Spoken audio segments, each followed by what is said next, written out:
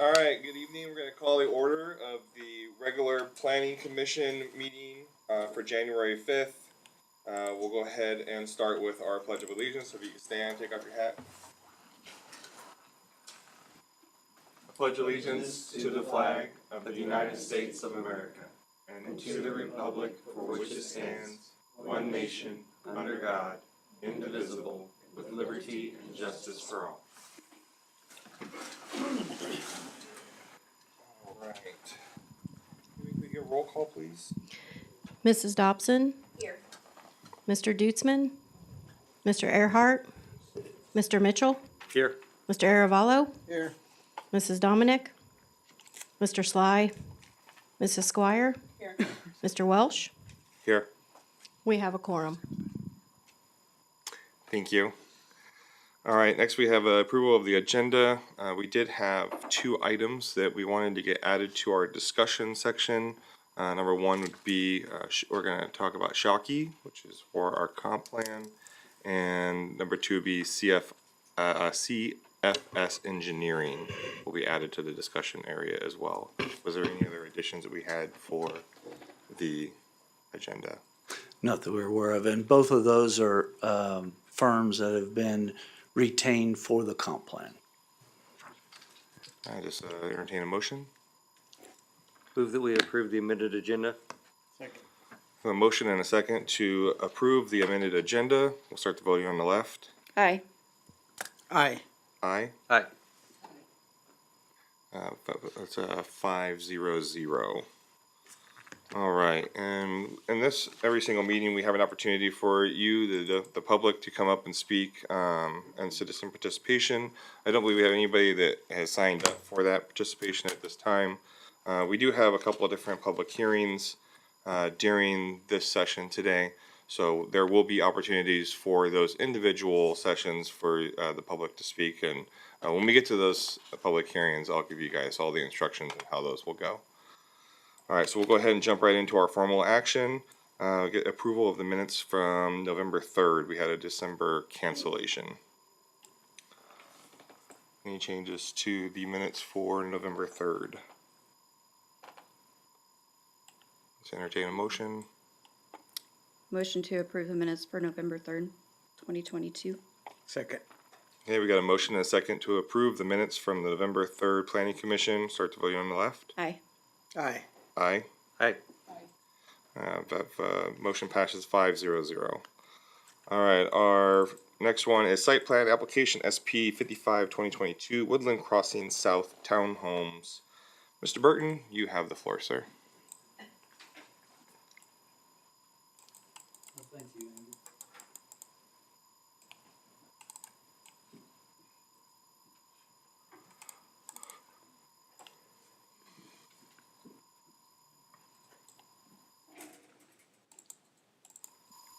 No? Yep, there we go, thank you. Okay, thank you, and good evening. Hope everyone had a good holidays and starting off the new year and good.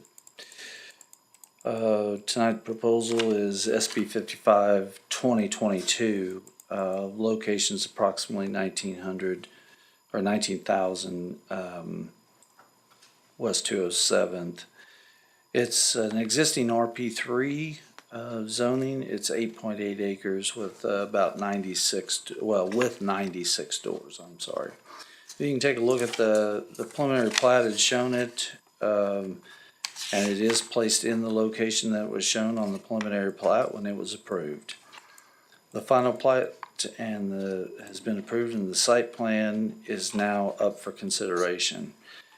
The elevations on it, which happens to be on page 4, do we have the elevations? Okay, so the elevations on it are what was looked at and discussed and approved during the rezoning. And you can see that on page 4 of it. The separate profiles and all the streets has been submitted for the engineering review, and I believe those have already been approved. They've been working with city engineering on it. Staff verified, of course, the taxes and the adequate storm water drainage, is working through, and it might be completed with our engineer, is it yet, stormwater? We're working with city engineer. Yeah, okay. So it's just about completed, a few things, the way I understand it. If there are any questions on that, we can address that with, the engineers of record are here. Of course, it complies with the zoning, that it was rezoned. It's designed to service, it was designed to be the fourplexes that are shown is what was in the original zoning request. The proposal does conform to the comp plan as far as a mixed-use residential. Street layout was designed in accordance with the preliminary plat. It was sent out, and like I said, it was staff reviews, and all the review comments in accordance to the planning have been met. I'm sure the engineering is still working on a few things. Other than that, staff recommends approval or sending it to the governing body. Entertain questions for myself, the engineering. Thank you, Mr. Burton. You bet, thank you. I think the only thing that I was trying to understand or I couldn't really figure out, I know we've had some discussions regarding like where the front door is versus the garage. Yes. Are these one of those, are these built to where the garage is out front and the doors are set back? I can't quite tell in these elevations. There is a little, they're a staggered unit through there. It's not where it's all pushed way out, like a 12-foot.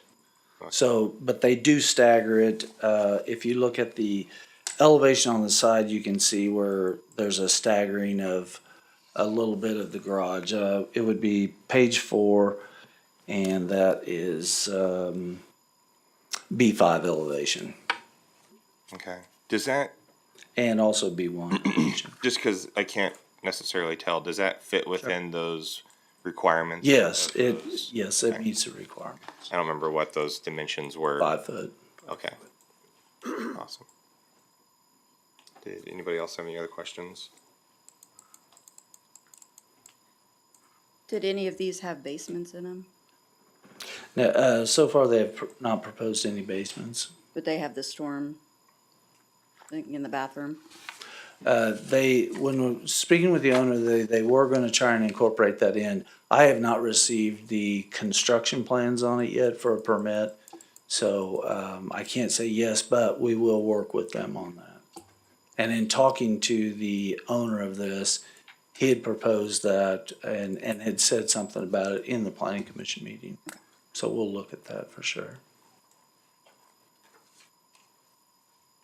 And in starting the construction of it, there was some discussion that maybe some of them will have basements, like a few of the buildings. So maybe 4 of them will have basements, and so they're trying to see how that lays out.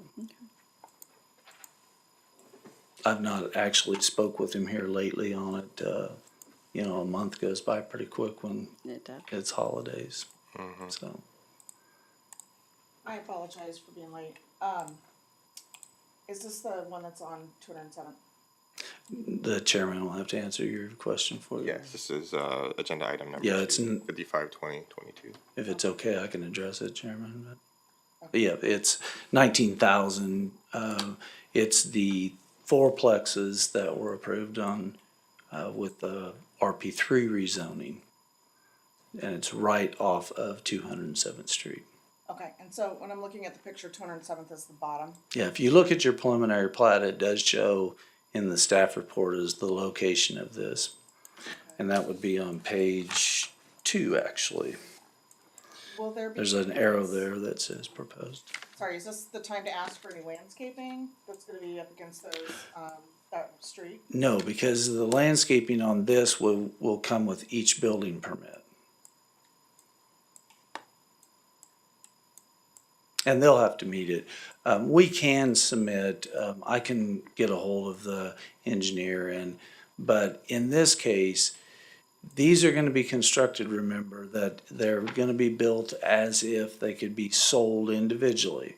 So then that falls under the category of, landscaping per single family, but they're still in the RP3 district. There's streetscape trees as well as individual, where they have to have trees for the approval of the building permit. I think she's referring to whether there's going to be a buffer along 207. No, Correct. no, there's no, Okay, so at one time you talked about expanding the road there, that there would be at least. that's 3 correct. Lanes, so how far are the townhomes from the current road? What's that right away there?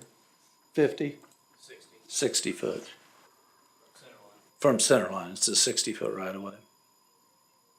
And so when the additional road is built, is that more towards the townhomes or towards Woodland? So if you look at Woodland Ridge and where their trees are at, all the trees are still in the right of way. So that gives you an idea, that's matching that. So it sits back a long ways. Yeah. So when Woodland Ridge there, the farthest east subdivision there, both of those houses, and where the trees are at in the berm, all the berm and trees and all are in city right of way. Okay. And that's the same type of distance that these will be. So fairly close to the road. No, there is, apparently you haven't seen it. There is a long, it's a big berm, number one. And my guess is from the edge of the road to their property, now I'm just throwing this out, but I'll bet it's 45 foot. I've seen it, I've lived there. For Oh, 15 okay, years. okay, so you know what I'm talking about there, yeah. I'm just saying, if you're gonna add a third lane, Mm-hmm. that takes away quite a bit of property. It does, yes, it'll take 24 foot. Yes, Is the current road on the center line of the right of way, or is it offset? I don't know, to be honest, is it, It's on center. it's right on center then. Right on center. A lot of that stuff, we're trying to get back to where, and not, I'll get the answers and answer anything, you know that. We're trying to get back where community development would go back to planning when streets and water and sewer and all will be in public works. But we'll definitely answer anything, and that's why Mr. Messer's here also. Hopefully we can answer all your questions immediately. Anybody else? Any other questions?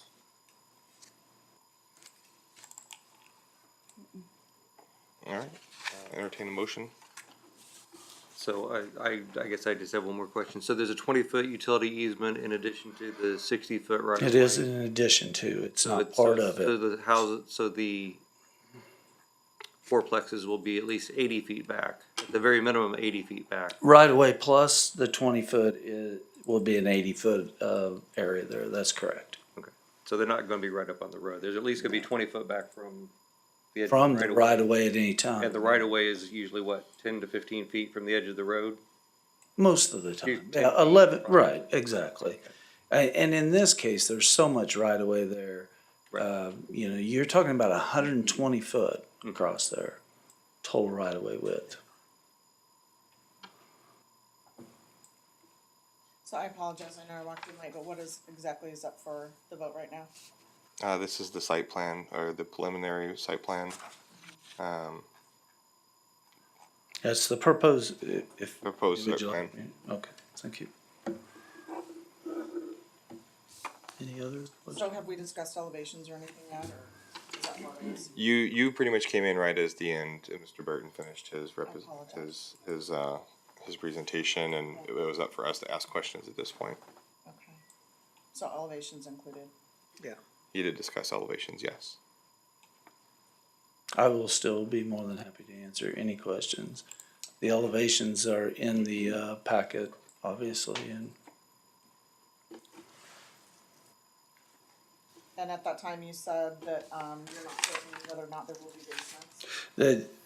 At this time, they are proposed to, worst case scenario, everything slab.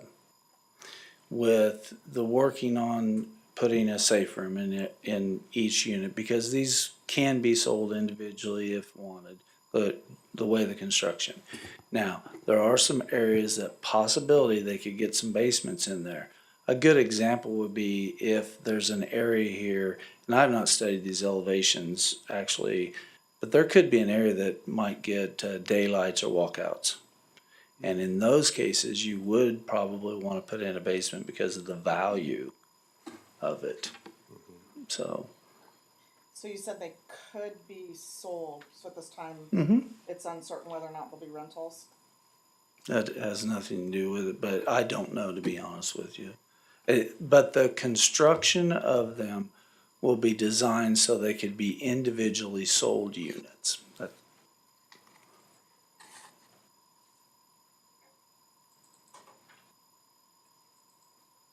Bless you. Didn't quite work. Did it? But yes, and that's why I said there could be some basements in there that would add value by having a walkout or a daylight or something like that.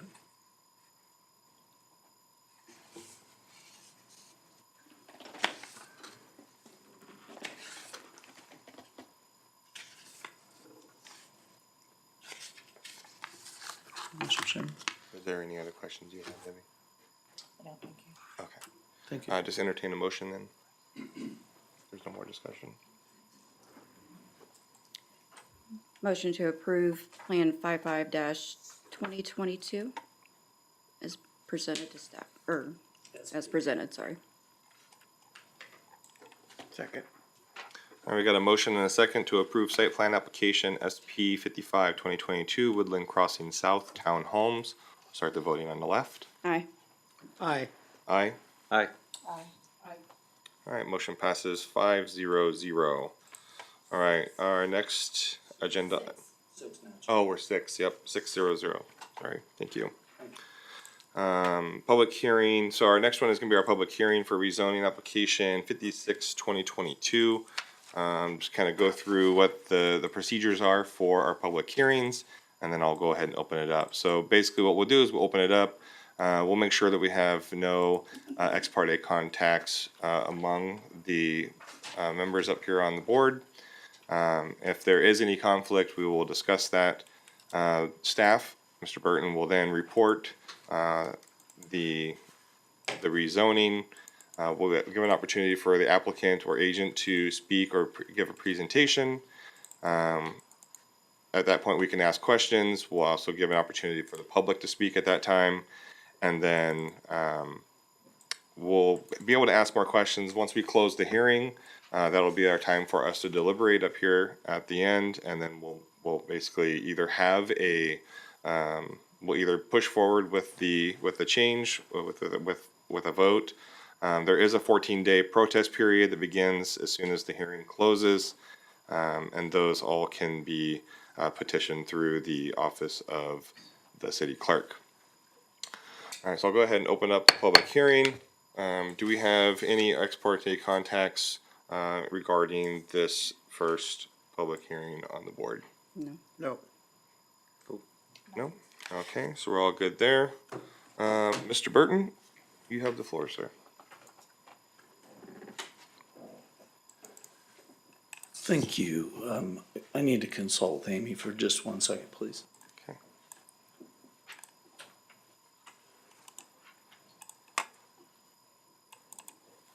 Thank you. Sorry about that. So what we have is a rezoning on a portion of a piece of property at southeast corner, 223rd and Victory. This rezoning is from a rural residential to an R1 standard single family. And it is approximately 8 acres, 7.97 acres. The applicant, obviously, I just said, has asked for the rezoning, and the end result, what would happen is looking for a single-family subdivision. You can see this area here, we've already put up the preliminary plat here on the, and it would be a little larger lots and all. And I'll go through that here in just a minute. The neighborhood characteristics obviously are single family around the area. Adjacent zoning, most of it is zoned single family R1 or rural residential. It's been rural residential obviously since the city has annexed it. We can see no detrimental effect on the surrounding neighborhood since it is exactly or meets the criteria of what the surrounding area is with residential. Current zoning, like I said, it was entered into the city limits in November 17th of 2022 as rural residential. It's probably been rural residential since the county went to zoning in about 91, if I remember correctly. Hardships that, the owner would have to speak of that, but there shouldn't be any problem with this rezoning. It does, it conforms with the comp plan as the comp plan is right now. Of course, there's some additional sewers and the city, or easements, the city will provide the sewer and 7 will provide the water. Rural Water 7 will provide the water. This, we can discuss just a little bit on the layout of this. Down through there, track F, and I'm kind of mixing a little bit the rezoning with, but hopefully we can answer a few questions out of this. Track F is, it's not a FEMA floodplain, but it is a flood area.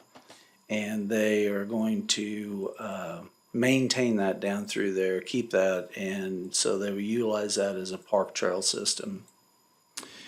It does connect into Sweetwater Creek, which a lot of people don't know, but Sweetwater Creek, right there behind all those houses on Roosevelt, except for I think 1, 2, 3, maybe 4, but all those houses, they have a walking trail that is put back there, and it is maintained by the city.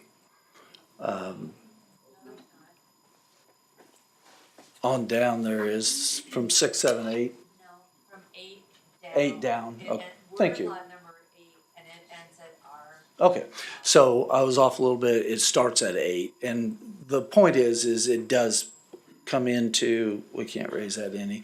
It does connect into the drainage area of this, and the city is supposed to maintain the walking trail back there.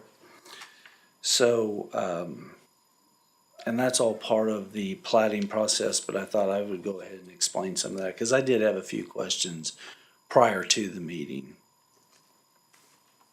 The actions can be final action, send it to the governing body for the January 26th meeting, or denial of the application. It's going, thank you. Denial of the application, and still have to send to the governing body on the 26th meeting, January 26th. Or continuance for the direction, give some direction to the staff. Staff does recommend approval of this. Entertain any questions now and then through the entire process. Thank you, Mr. Burton. Anybody have any initial questions for Mr. Burton? Or the engineering or. I do, just trying to get my bearings here. So,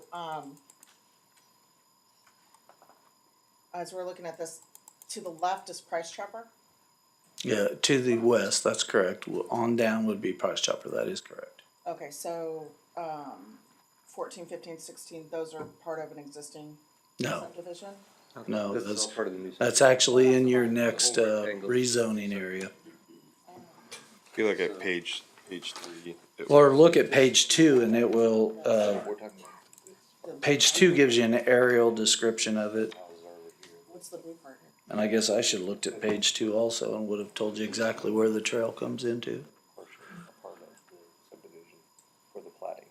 When they get to that, we're rezoning right now, Okay, we're not to the plating yet, so. okay,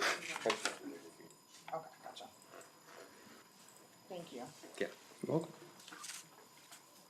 The only question I have is on the comprehensive plan, it's showing red and yellow, is that, I can't tell what that's supposed to be. Is that commercial or, Yes, but that's not on this piece. okay, that's actually on the, That's on the corner. okay, Yes. thank you. You can see Victory there, the red line. Yeah. That red line is Victory Road. The red line is Victor, the purple line, I guess. Or maybe it's purple, The, yeah. the purple. Okay, the purple line, okay. I put my glasses on and it is This purple. right here, if you go, and then go back up. Go back up to the other. Always be your purple. That arrow, you guys, is just a general location. It Right. probably should have I been was slid asking back a about the little bit farther. Future land use map. Yeah, but if you look at the arrow, it should have been slid back a little. You can see Roosevelt coming in and all there. We're up Looking right at the against- future land use map, that's where I was trying to figure out where, I am too. That's on the corner right there, that red area. okay, so that's to the west of, To the west, that's okay, correct. that's fine. It's still residential over there, Yeah. okay.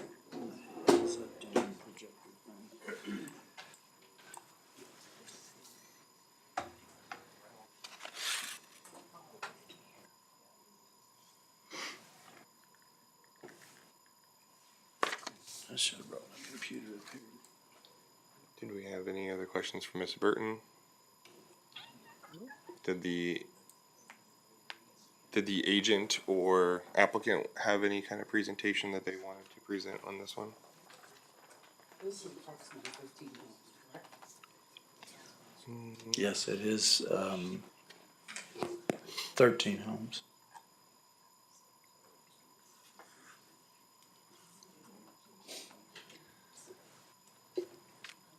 Okay, so.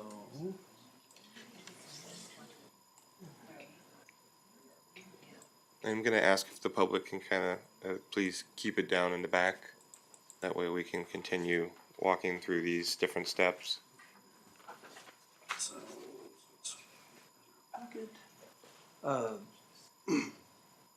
What you're talking about is this red area right here, Correct. and this is Victory here. This arrow should have been back just a little. We just do this for generalization. Right. You know, all the information's in the packet there, but this is Victory and this is 223rd. What we're talking about right now is actually right here. Okay, so, I told you it is. So it's right of that crosshatch there. So That's it is that. It's east of it. The yellow that's got the red corner. Yep. So this is Price Chopper, Yes. or this is Price Chopper? Price Chopper is actually in the red here. I'll show you. It's right in this area right here. Okay, I gotcha. And then there's the park.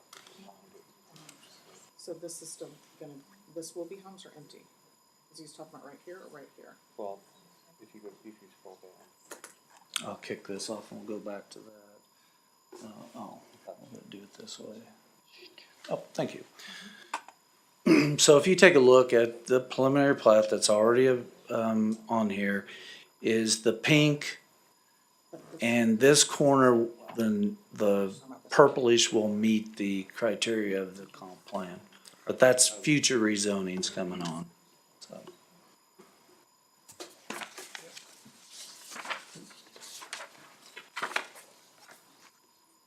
Thanks, Ed.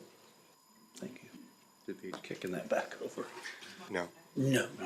I don't know if that question so much is just a concern of, again, just putting a whole bunch of more homes in, so. Without the infrastructure really to support it, it just feels like we keep approving home after home after home.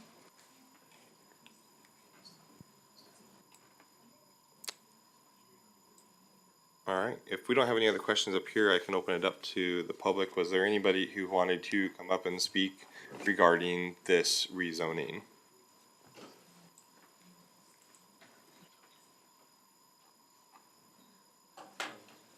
Guess not. All right. Oh, we do have somebody here.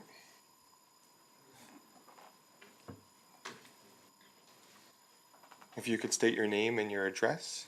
Tanya Hatcher, sorry. And I'm at 20456 West 223rd Street. Thank you.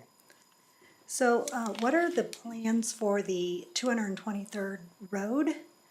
I know when Sweetwater went in, we had concerns that the additional traffic, lack of sidewalks, and now we're looking at adding in a whole lot more homes. What's the plans for 223rd? Mr. Burton, do we have anything in terms of what we're doing road infrastructure wise for 223rd? I know that 223rd, obviously, right now,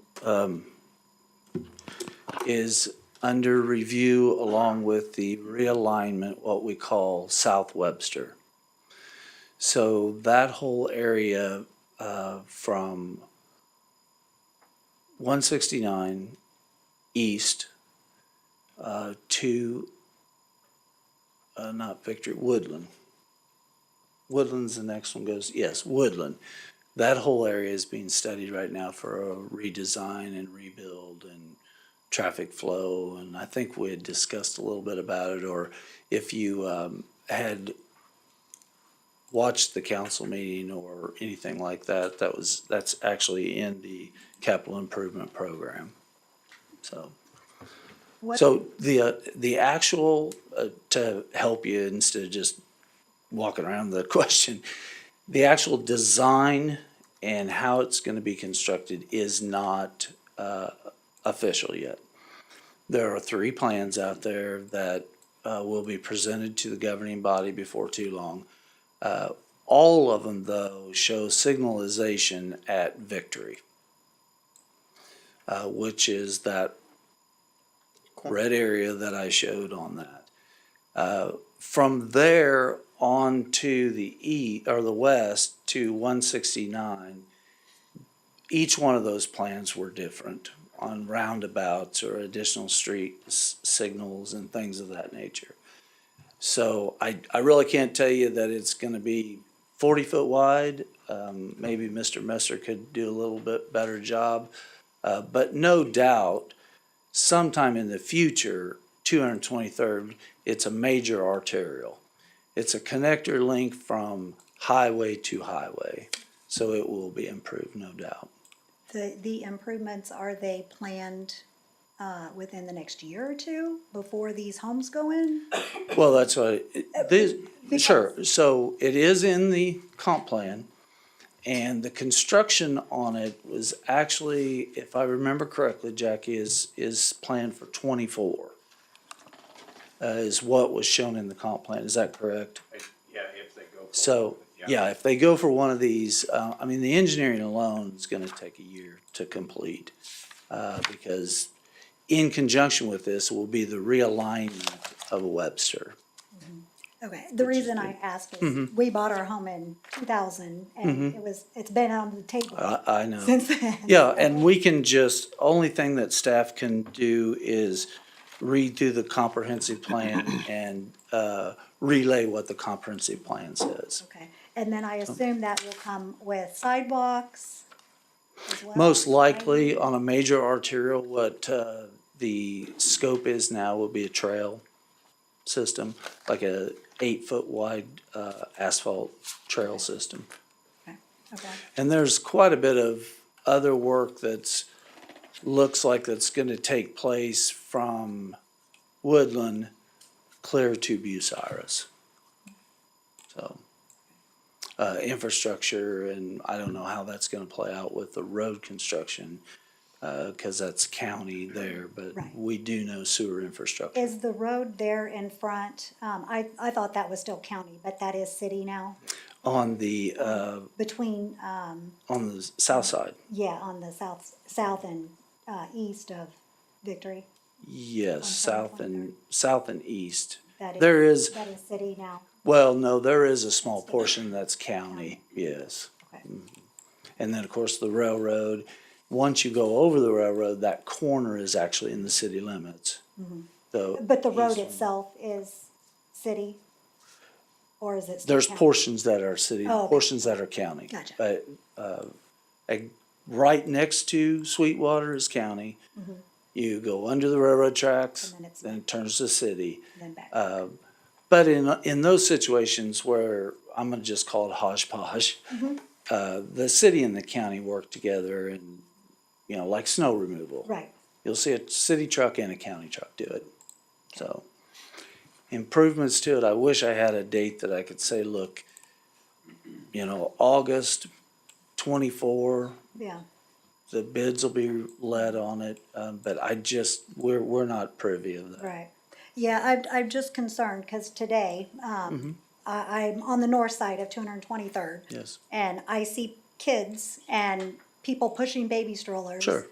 Right down 223rd, and it's narrow, there's no sidewalks, and I'm And it surprised happens on, kids aren't hit. sure, and it happens on Webster, it happens, I mean, a lot of areas. But at least in there's the an option community. for a sidewalk on Webster.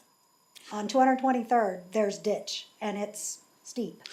Right, I mean, but, yeah, that's right. But we're gonna do a realignment of Webster. All right. And that would be Really, my that recommendation, intersection- is we would get that road improved. Yeah, before that- we start adding. Well, that intersection, that goes into Harrison off of Webster right there. Yeah, yeah. Yeah, that has been a troubled child, you Yeah, probably and know one, that for yeah. quite a while. Right, Trying to because the get, people trying to go from Sweetwater up to Price Chopper. Yeah, so- Yeah. yeah, with Green so, Center. Yeah. so the whole area is being Okay. looked at, and in conjunction with some county funds, Okay. isn't that correct? Yeah. Yeah, so, Okay, and then, I also was curious, you mentioned the utilities that the sewer, would feed in. Is the existing sewer infrastructure that's feeding Sweetwater enough? is it okay if I just go ahead and answer direct, Chairman? Thank you. Yes, that sewer was put in approximately 99, 2004, okay. through our property, that's why. Because I think that, if I remember right, I thought in 99, the bore under the railroad tracks happened. That could be, the sewer line's running through our property, and that was put in 2004. What property are you the next, okay, you're the next property down, and it runs right through the middle of that one piece. It runs right you- along our edge. Okay, but Between it, us and then the. okay, I was gonna say it runs on that other. Yes, it's constructed large enough. A matter of fact, it was constructed, at the time, they were looking actually for more development over on the west side of 169. And that's called, and it's completed now, but it was called Blackhawk Benefit District. It is now paid out, so it was a 22 or 25-year project. And yes, it has plenty of capacity to answer your question, yes. Would not look to add any additional to there? No, ma'am. Okay, okay. And then, is there any, if this is all approved, is the developer like ready to start on this? Like how soon is this looking to kick off? I can defer to the developer. What is your timeline? Residential would happen in the near future as market conditions. A couple of years, Yeah, or a year? that, and the residential is phase one. When we get to it, the commercial is a future phase. It could be 10 years before the commercial develops. We're just trying to get it zoned at this point. But residential probably sooner. So probably, to be honest with you, if interest didn't go up so fast, they'd start tomorrow. But it sounds like that they're gonna see what the market conditions do. Okay, thank you. Thank you. Any other questions, you can always contact our office or City Hall anyway. Okay. Okay? Chairman, may I Thank ask you. a question? Is that allowed? Ask her a question? Sure. Is that allowable? Can we ask questions? You want to ask a resident a question? The person who came up and had a question, yeah, who spoke. Sorry, what? I just wanted to know if you had any other concerns. Do you have any beef or objections to building or to approving that RP1? It's R1. Yeah. R1. So R1. Yeah, my largest objection would just be that the 223rd would be improved Okay. before anything is further pursued in that area with you know, sidewalks and all that stuff. Okay, thank you. I'm Paul Hyatt. I live at 20314 West 223rd. And I hear these people talk about 223rd Street improvements. Okay, we moved out there. Everybody out there moved on a acreage, couple of acres, whatever. We had a nice front yard. Okay, I don't know about you people, whoever was the planners in the city before, they allowed houses to be built right up to 223rd. So anything that's going to be improved, there goes our yard. You're not gonna have nothing left. Now, if all you all wanna live like that, have at it, but the people that moved out there, that's not what we moved there for. I mean, yeah, the traffic's terrible, but you put that many more cars and then you go moving it over, by the time you move the utilities and you put a sidewalk and you put another 2 lanes of traffic or whatever, I could jump out the front door and get a ride. But anyway, I just don't think that y'all use foresight or anything down here except for houses. That's all you think about. Pile in some more houses, boy, we'll get more tax revenue. And then your taxes go up $1,000 in 2 years, every time. That's all I got. Thank you.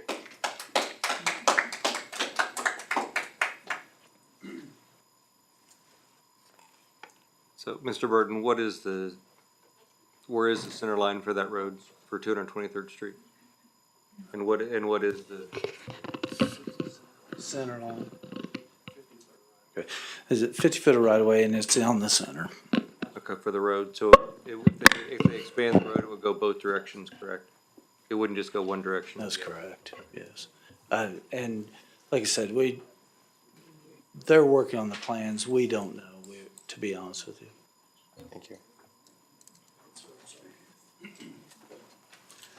Kirk McLaughlin, 20342 West 223rd Street. I guess I'd just like to find out, in the plans, in what proximity is the entrance to this new subdivision to myself and my neighbor's driveways, which is right next to each other? Is there a way to be able to find that? I'm just curious if I'm coming out of my driveway, if I have a street caddy right across from me.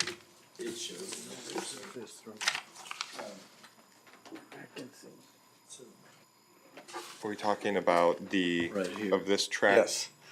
I'm That's just what comes curious, in. I'm not having a good time having the bearing of where that is exactly in proximity to where my driveway is across the street from there. Okay, so this is Victory here. And, Yes, and there's Sweetwater Creek right Right, here. let me get That's the- correct. you have the aerial loaded. So let's take a look here.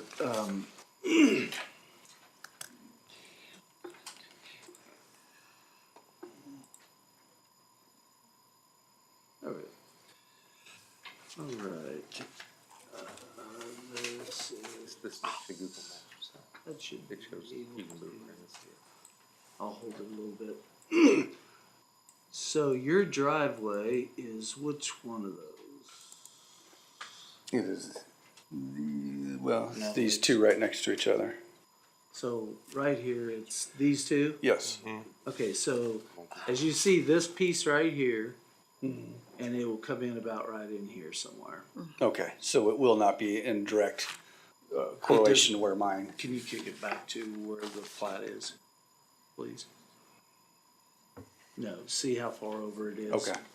So, Okay, and then the secondarily, I just was curious, is this, the way this is planned, is the houses going to be in the similar proximity to the street as Sweetwater Creek is? Because there's not room for you to go south as far as improvements to the road, as far as the easement is concerned. So for this particular hearing, we are not actually reviewing a site plan in this particular agenda item. So we don't necessarily know where the homes are going to be placed. And this area and what we actually see in these pictures, that doesn't actually mean that's what the site plans are going to look like when this comes back up in front of us. Okay, I If we understand that. approve this. So I don't want to say yes or no because we don't technically have that answer at this point of the process. Okay. And to just one more thing to jump on what Tanya had mentioned, would it behoove us to do our improvements to the roads prior to trying to do a full-on construction and then going back after the fact to do the road improvements? To me, that seems more of a viable So option versus. I'll And I know this part of isn't the probably rezoning. the. yeah, it's time for technically that. not part of the rezoning, but I guarantee you if you go back and listen to any of our other meetings, you'll hear all of us kind of talking about that same thing. Okay. It's in Very good, our thank you. infrastructure. And if you have any questions, you can contact me. Just call City Hall and ask for community. All right, very good, thank you. Were there any other comments from the public?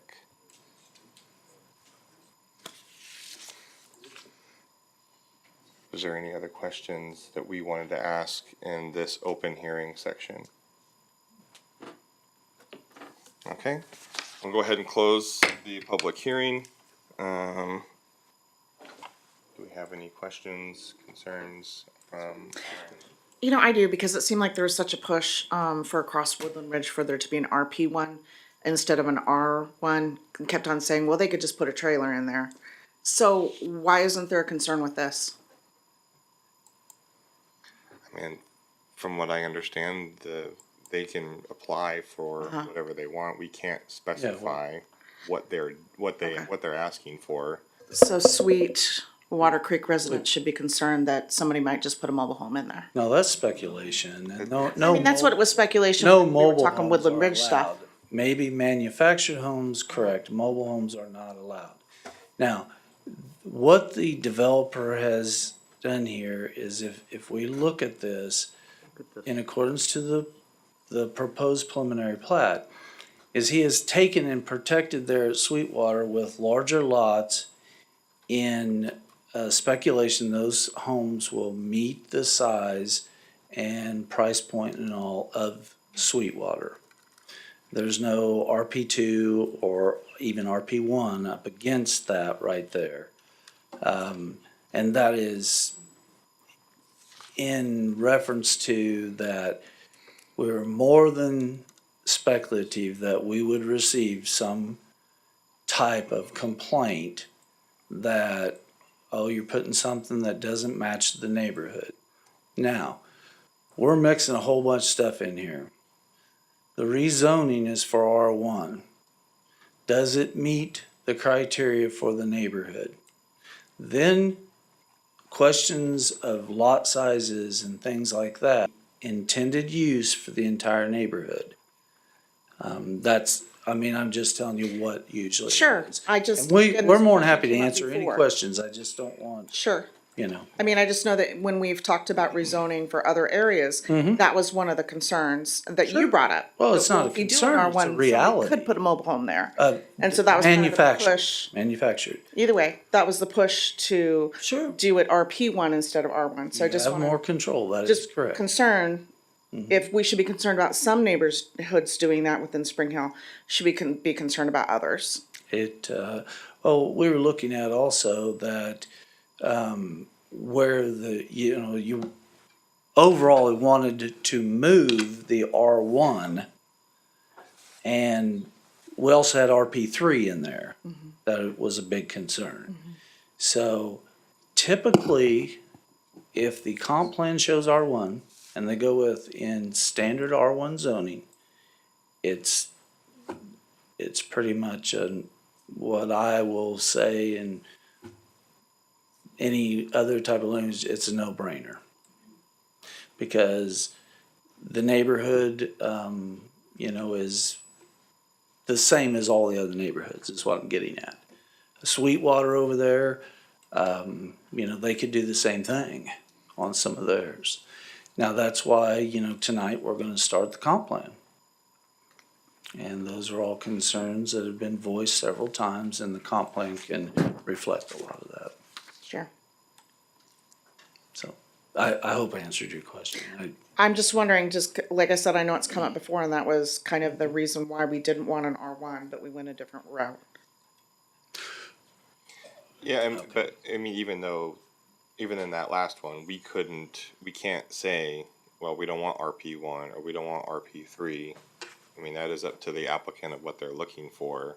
And like Mr. Burton said, basically what we're looking at is, does this meet our current comp plan? And based on what we have, it does. Well, and he's bringing you a plan that includes both. Right. So I know that we're not looking at the next plan, but if you look ahead, he's bringing you both. He's already giving you a look into his crystal ball. And he's saying, I am gonna bring you RP1, and I am gonna ask you for RP1. Right. And the reason he's, in my speculation of looking into it, and I could be wrong, but prior to coming here, I looked at that saying, sorry, my throat's killing me. The pink area, the R1, he's planning those as bigger lots because it's going against Sweetwater Creek. He's building it to match the neighborhood. Sure. Then he's gonna ask for the RP1 because he's wanting to ask for reduced. Right. So, And like he's saying, we can't ask them to bring what we want. We've gotta go against we've gotta deal with what they're asking for. But I think that's, and then we'll have to deal with that next section when it comes. and this developer was, I mean, as you can see, I hope that you can see, this is a conscientious plan on how it's developed. The corner is commercial, R1 against R1, larger lots, but also, he didn't have to provide this to us, what you're looking at right now. Right, he could have just come in with just that one piece and that's it. All he needs is illegal. That's it. Right, that's what I'm saying. He And did so, that too. right, so what we should be looking at is, does that meet the intent? And the developers, we're very fortunate in this community that they are showing us the whole layout at one time and saying, this is our intent. So, I think the board set a precedence.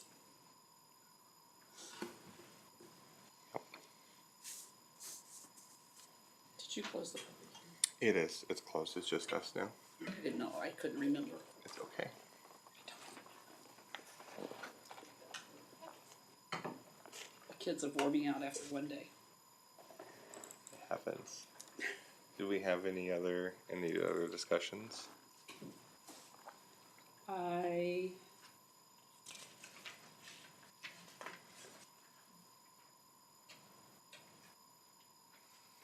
thought I was gonna ask something, but I didn't. I move that we recommend approval of city council for rezoning of Z 56-2022. Second. All right, we got a motion and a second to approve rezoning application 56-2022 for the, what is that, 223rd Street and Victory Road. Start the voting on the left.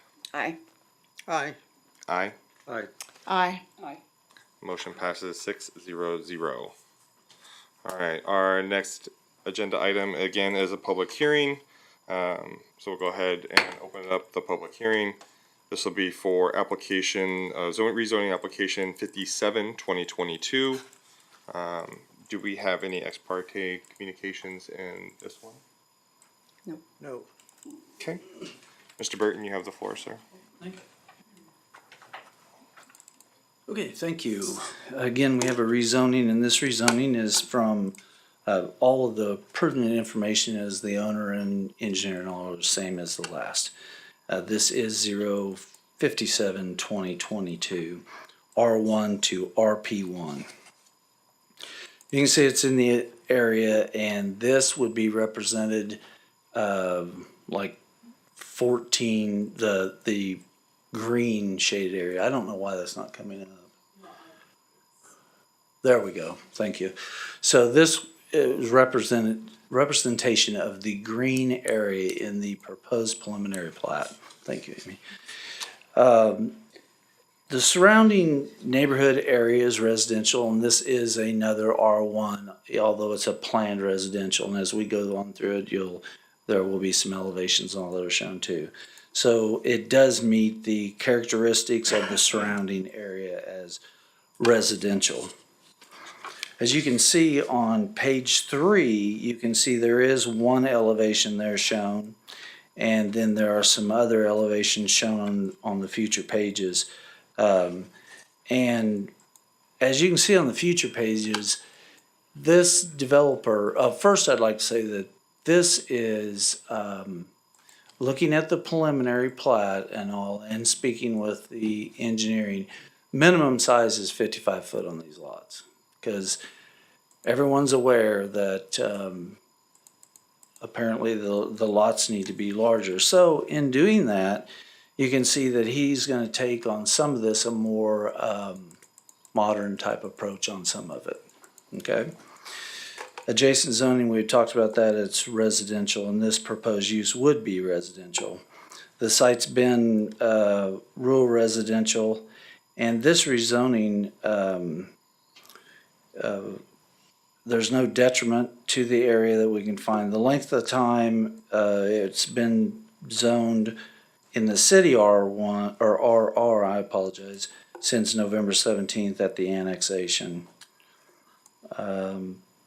Public gain would be, that they're tying into a sewer benefit district. There is some public gain here as far as taxes collected as well as fees.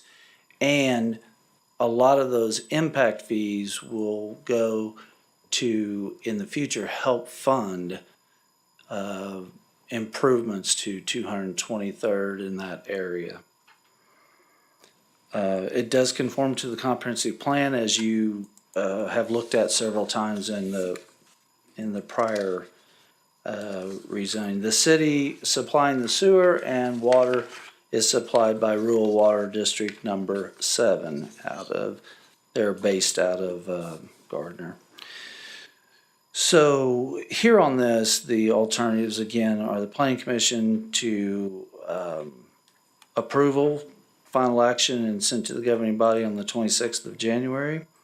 Denial, but still sent to the governing body on the 26th of January, or continuance to a specific future meeting, and we will have to let staff and applicant know. I'm ready for questions, Mr. Chairman. Thank you, Ms. Burton. Okay. I don't have any questions on this one. Anybody else? I do. Okay. Maybe it's more of an observation, but it seems like the last few developments that have come through don't seem to have any plans for recreational use, such as a swimming pool or play areas or things like that.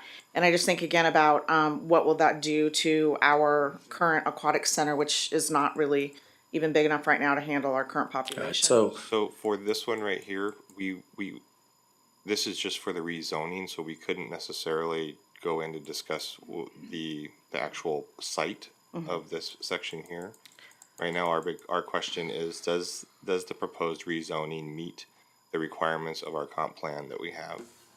Okay, so then maybe a heads up that when we do get the future plan, that maybe there's some consideration with, because it seems like none of them have gotten to the point where we're able to approve a swimming pool.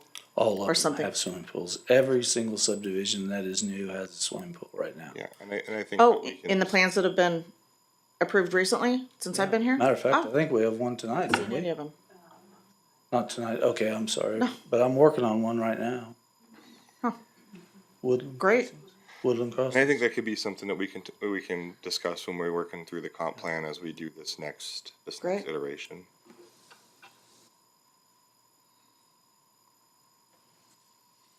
Do we have any other questions for Mr. Burton? Thank you. Or do we have any questions for the agent or applicant? Do we have anybody from the public that would like to speak? Come on up. Anya Hatcher, 20456 West 223rd. Thank you. So I do, I thought of one other item. So did you say that this property has already been annexed into the city in November? Yes, this property was annexed in, yes. So what does that mean for those of us that are still county, that are now almost surrounded, it looked like? Yeah, it just means that you're adjacent to city property now. But there's no plans to force annex us into the city? I couldn't give you an answer yes or no on that. That's all done by the city council in terms of annexations and those things. Okay, so city council's who we need to, Yeah, all of those get approved by the city council. It has been policy of the city not to force anybody into Yeah. the city if they don't want to be. okay. Okay, thank you, that's all.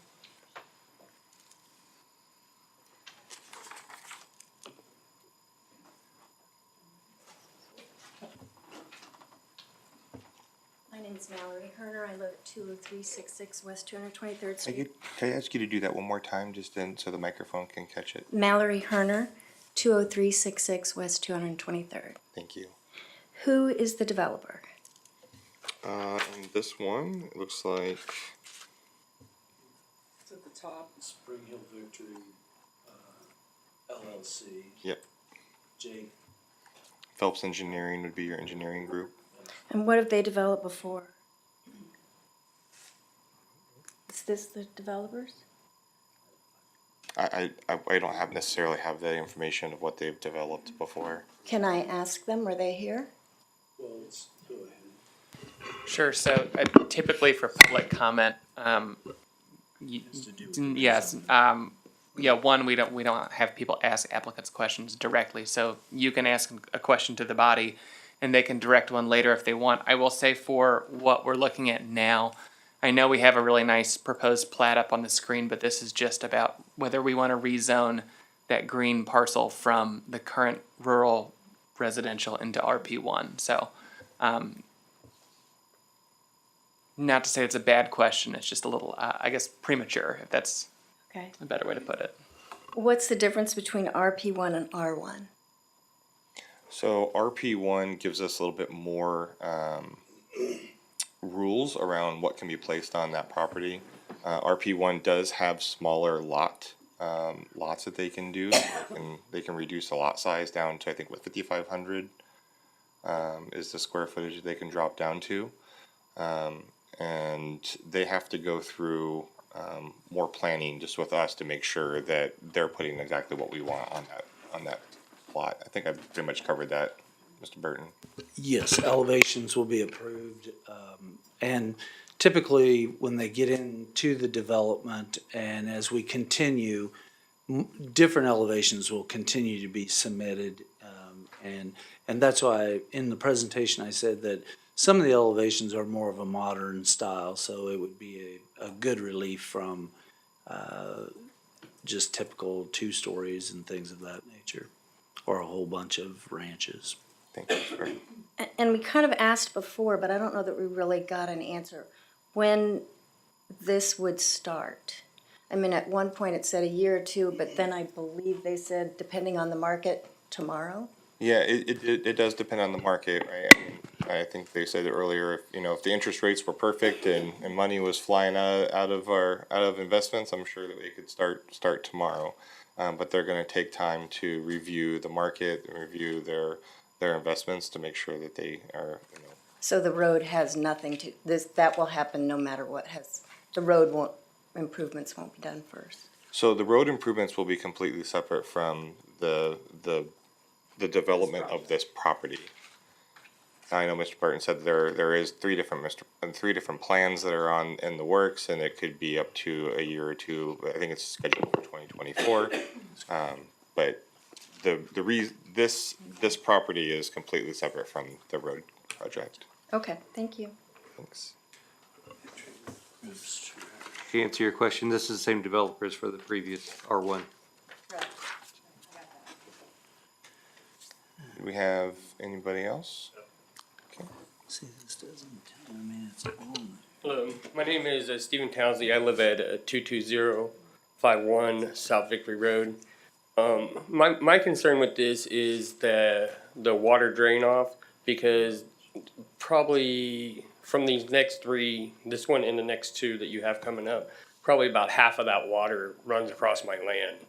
And I know that it has not always been a concern in the past that the water drainage and stuff like that, because prior to this, I lived on 221st Street, and my neighbors had basements that would just fill up with water. And actually, I have a neighbor across the street from me that currently is pumping water out of his place all the time. So now I'm worried about putting more development here is going to cause more runoff of water into my property. So if you're going to be destroying my property value by not being able to live on my land, then it's going to be a major concern for me. And like I said, it's for these next three, so it covers, these three total. Yeah. I really don't have a problem with the first one because it's across the creek and does not affect me, so. Absolutely.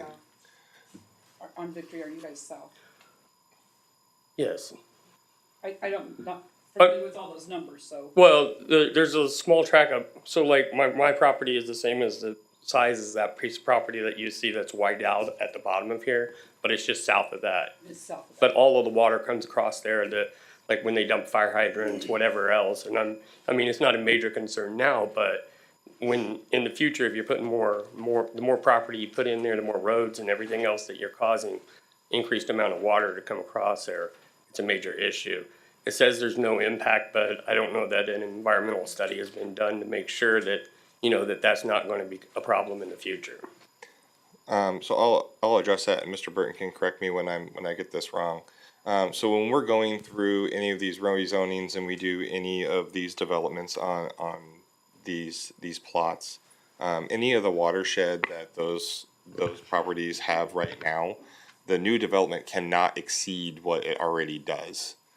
So that was one of the main things that when our engineers are going through there and they're looking at the plans and reviewing the elevations, that's one of the things that they're making sure is happening, or they're moving that water around to make sure that it doesn't shed off and increase the way it's not supposed to. That's correct. Probably stumbled through that And pretty that, no, that's good analogy of it. And that is in the preliminary and final plating stages. When engineering is looking at that, our engineer, preliminary plat, they'll take a look at that. And there's a existing drainage that goes through there. And so whatever runs through there, that's what they are allowed to run through Yeah, there. it's currently terraced so that the water will run down and back over to the creek that's as it crosses Victory. So, but that is looked at the preliminary and final plat. Thank you, sir. All right. Make sure that you're here looking at those. It's standard. All right. Anybody else from the public? All right. I'm gonna go ahead and close the public hearing. Do we have any discussion regarding this rezoning?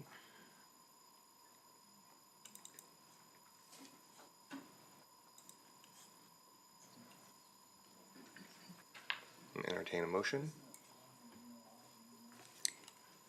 Move to recommend approval of the Spring Hill governing body for rezoning request PZD 57-2022 as presented by staff. Can I ask one question? Yep.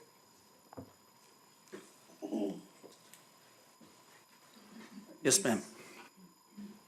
Just refresh. Mhm.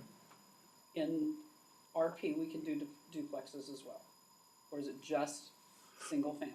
Single family, and the next one coming up will be duplexes, two family. RP1 is only single family. So picture And that for you. I did see that, so. That's why, yes. I just wanted to make sure that. Yes, and there was. My train of thought was correct. That's correct. Thank you. Second.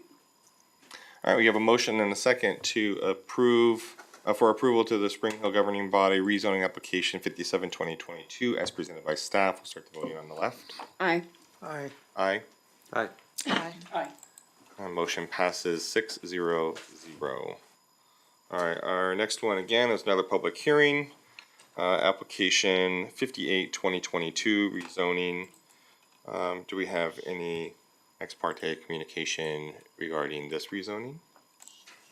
No. Okay. I'll open the public hearing. Mr. Burton, you have the floor, sir.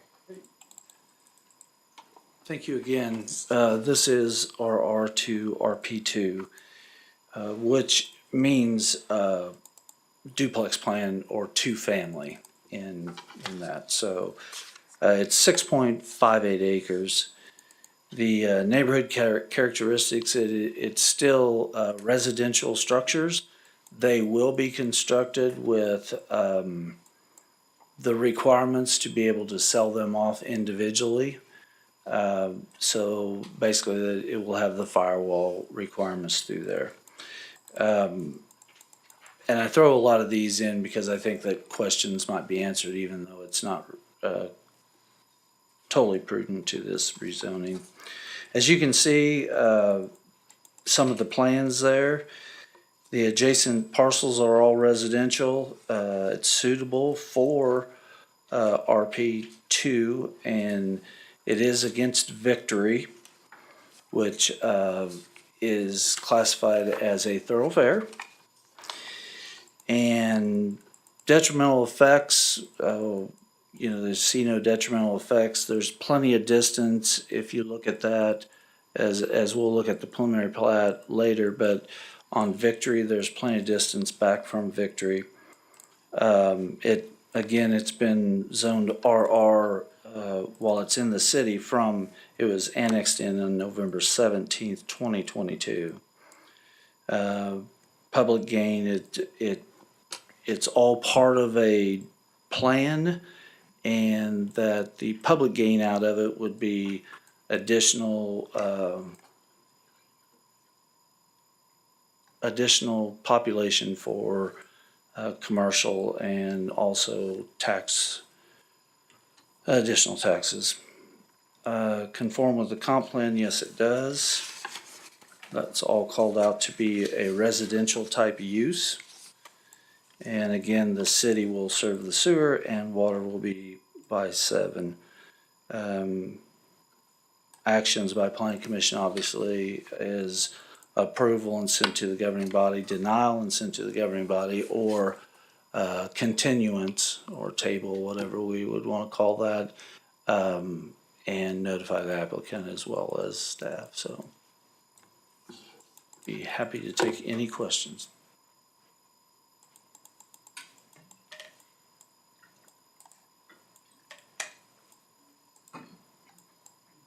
I apologize.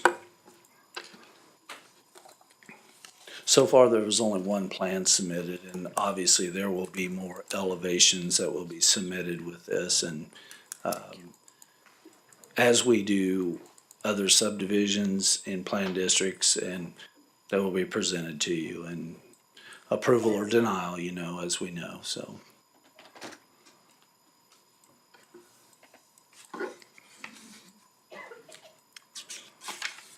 Did anybody have any questions for Mr. Burton?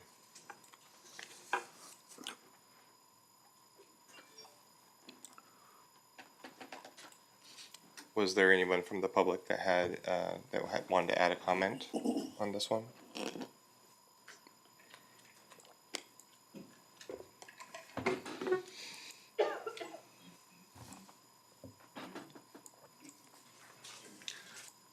Kirk McLaughlin, 20342 West 223rd Street. I guess maybe more of just a comment or a question or assurance. Built a house in 2000 in Blackhawk. The master plan there showed various zonings for Blackhawk. Part of the reason why we built there was because there was no multifamily that was zoned. If I remember correctly, the comp plan for Spring Hill at the time didn't allow anything over 2 stories for multifamily. They got rezoned on the corner there from commercial business to multifamily, and then it also got changed to 3 stories. We since moved out. What I guess assurance or realization would be that this RP2 would stay there versus getting changed. I feel like this is a stepping stone where RP2, what's the likelihood that's going to get changed to RP3 or multifamily? They would have to go through the same process. If we changed it to an RP2, And somebody, if the same developer or somebody else bought the property, wanted to change it, they'd have to go back through the same process and come in front of us to have it changed to an RP3 or multifamily. Okay, but I guess I just feel like this is one little tiny step. It's now being improved from R1 or to RP2 now. That's just my concern is the fact that we're here and now down the road, it's gonna be a simpler process, I guess. So now it's already residential. Now we can move it to multifamily. So I guess that's just my concern with my experience with Blackhawk, because that's part of the reason why we moved out of there was because they put the apartments. And I understand growth and I get that, but Yeah. I moved somewhere else and now I'm kind of going and fighting the same thing again. So Yeah. anyways, thank you for your time and consideration. Absolutely.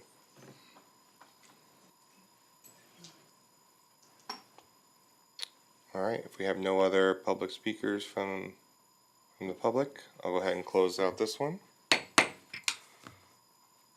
All right, was there any additional discussion on this RP2?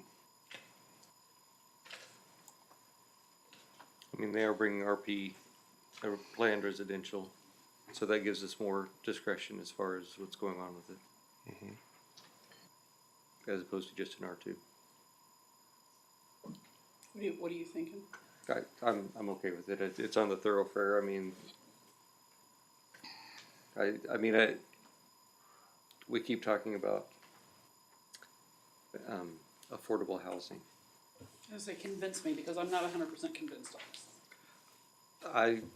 This is what they're bringing before us. Does it fit in with the residents? Does it fit in with the character of the neighborhood? It's gonna have, they're bringing it forward to be commercial to the north of it. I think it butts against the commercial fine. Okay. And it's RP1 to the east and it's R1 to the west. Right. Across the main thoroughfare. Cause it butts up to Victory. That's Victory? Yeah. Mm-hmm. Okay, I forgot that it was Victory. Yeah. Thank you, because I was like, but you're butting up to. It's I not butting forgot up, that it was Victory. it's not butting up to houses, it's butting up to the road. Thank you, I forgot that. Okay.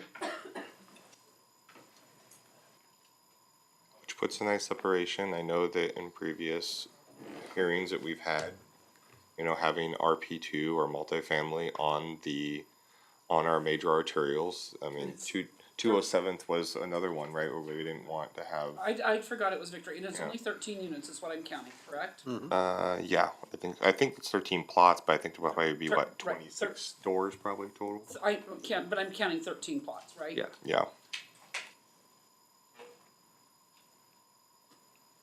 Sorry, I had forgot that was, I No, was thinking we were. you're good, butting. Cindy. You're good. Like I said, first day back, and I'm really done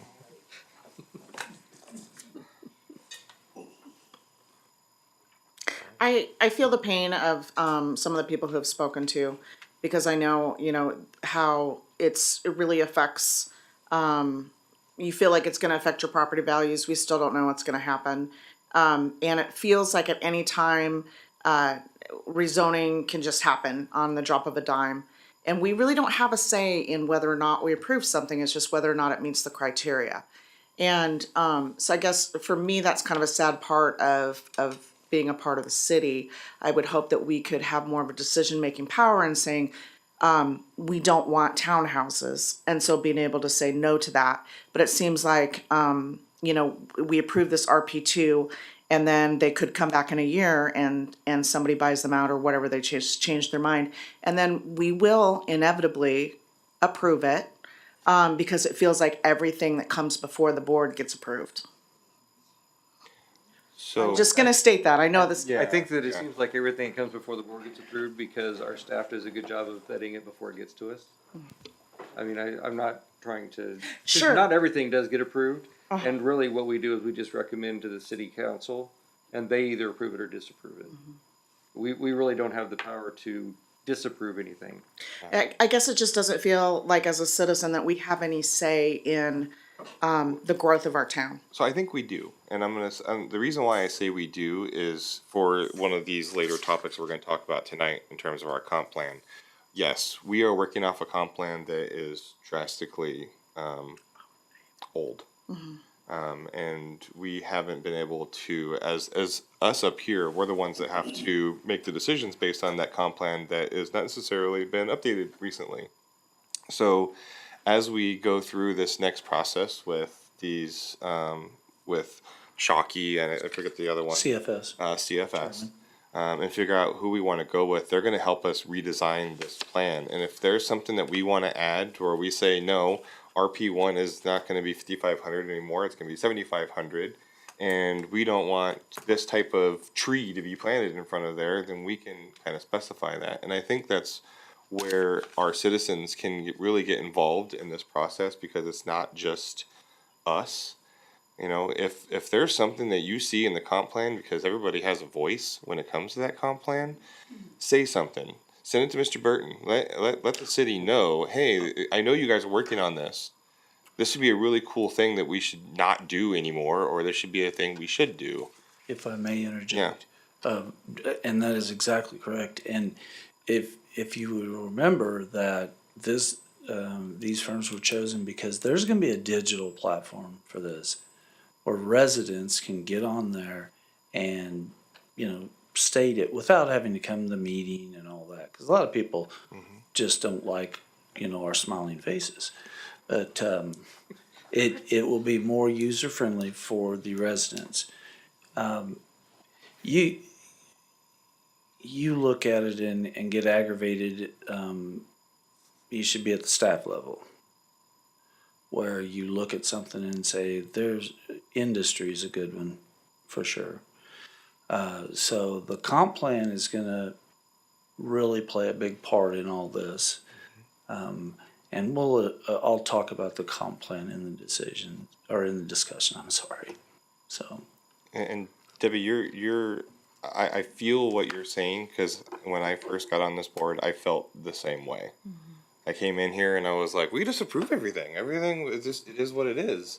But as I understood what we're approving and the foundation that we're approving on, now that we're getting ready to go through that, we're going to have a lot bigger voice. Yes. After we get this comp plan done, to be able to say, no, that doesn't fit anymore. And most likely we wouldn't even see the things that we're seeing now if we get the changes that we want, as we work through it.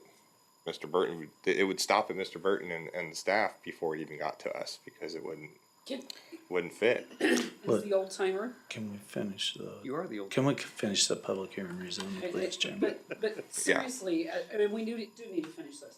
But as the old timer,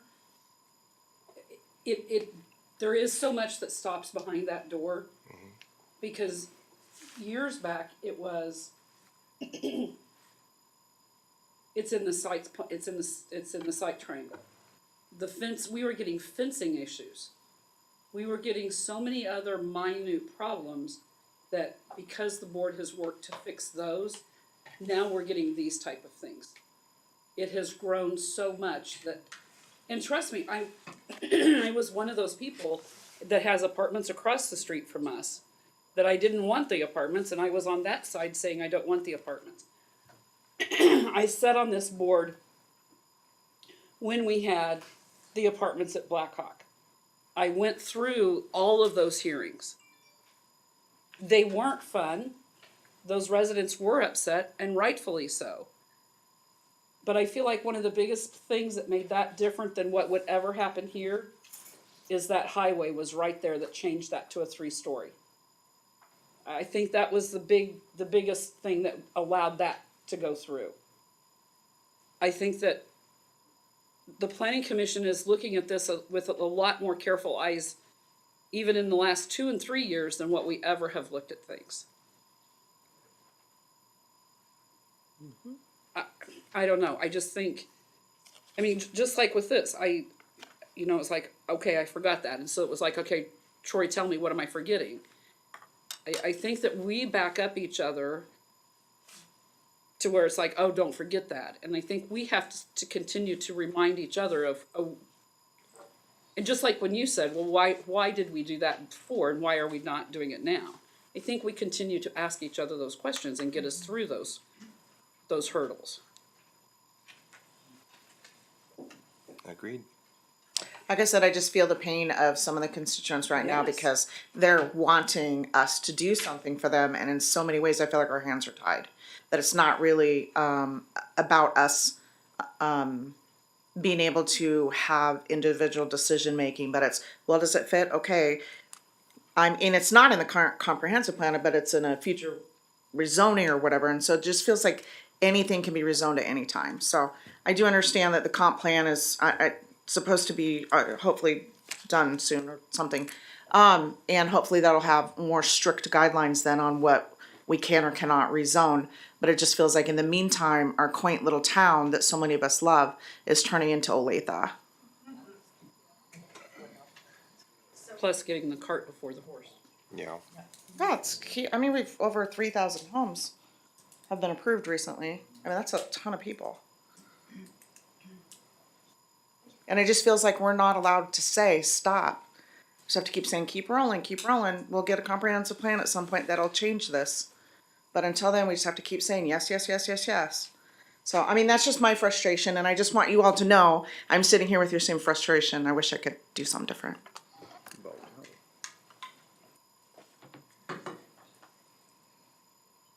If we have no other discussion, entertain a motion.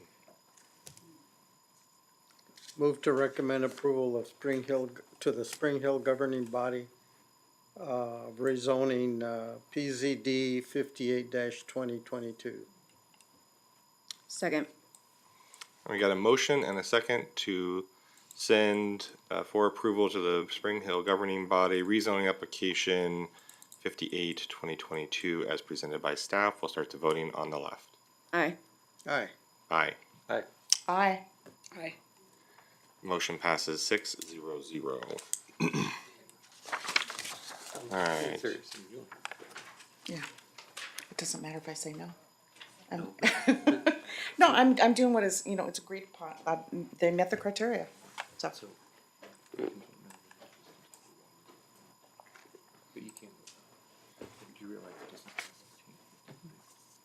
All right, so we have our next public hearing, which is rezoning application 59-2022. Do we have any ex parte communication regarding this application? All right, we'll go ahead and open up the public hearing. And Mr. Burton, you have the floor, sir. Thank you again, Chairman and members. This is from RR to C2. It's 8 acres, 799 acres. It's right on the corner of Victory and 223rd Street. There we go. It's the blue area there. It's really obvious in the, we'll go through the characteristics. It does meet the characteristics of the surrounding area, that it's typical planning practices, which, I'm not always for typical planning practices, and we'll get into that later. But as you just go to the west, commercial does butt up to 223rd. So adjacent zoning, obviously there's residential use in there, and then to the west there is some commercial.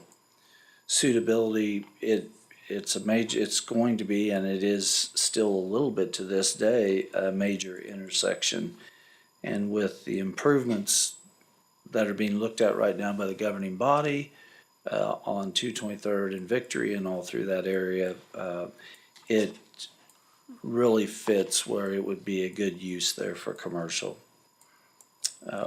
It's been R again since it was annexed into the city on November 17th, 2022.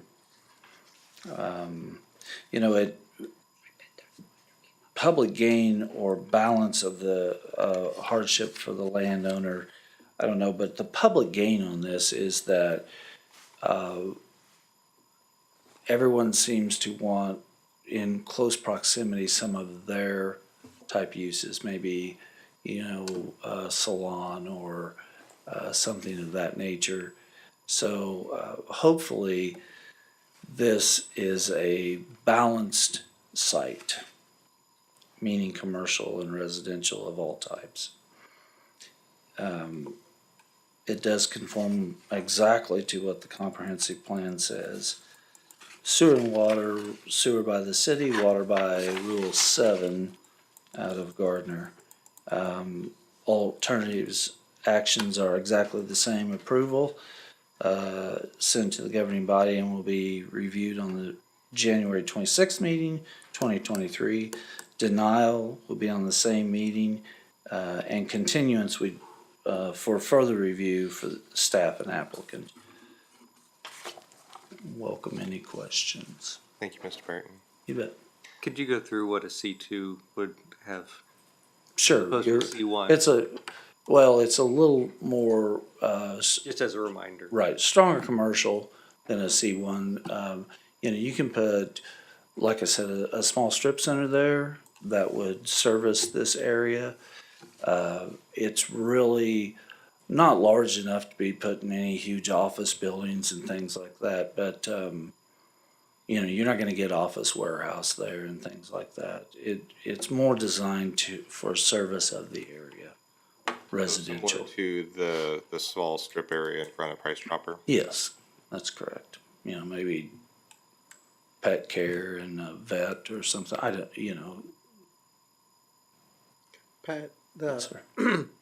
parcel along 223 that's across the street from this, To the west. it shows straight that across. it's going to be commercial, but has it been zoned commercial?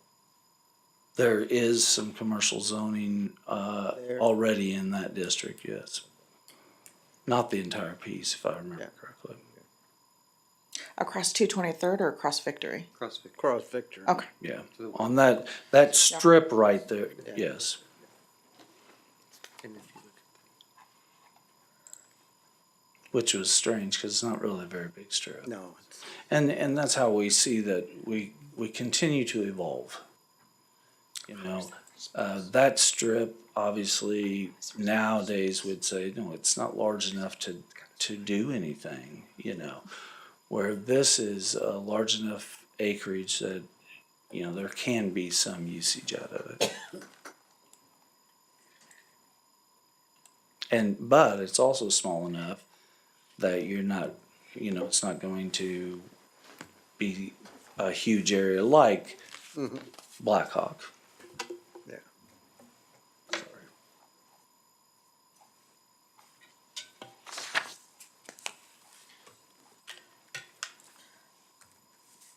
So right now it would just be standing out there, kind of surrounded by nothing, because the commercial's not developed on the other side yet.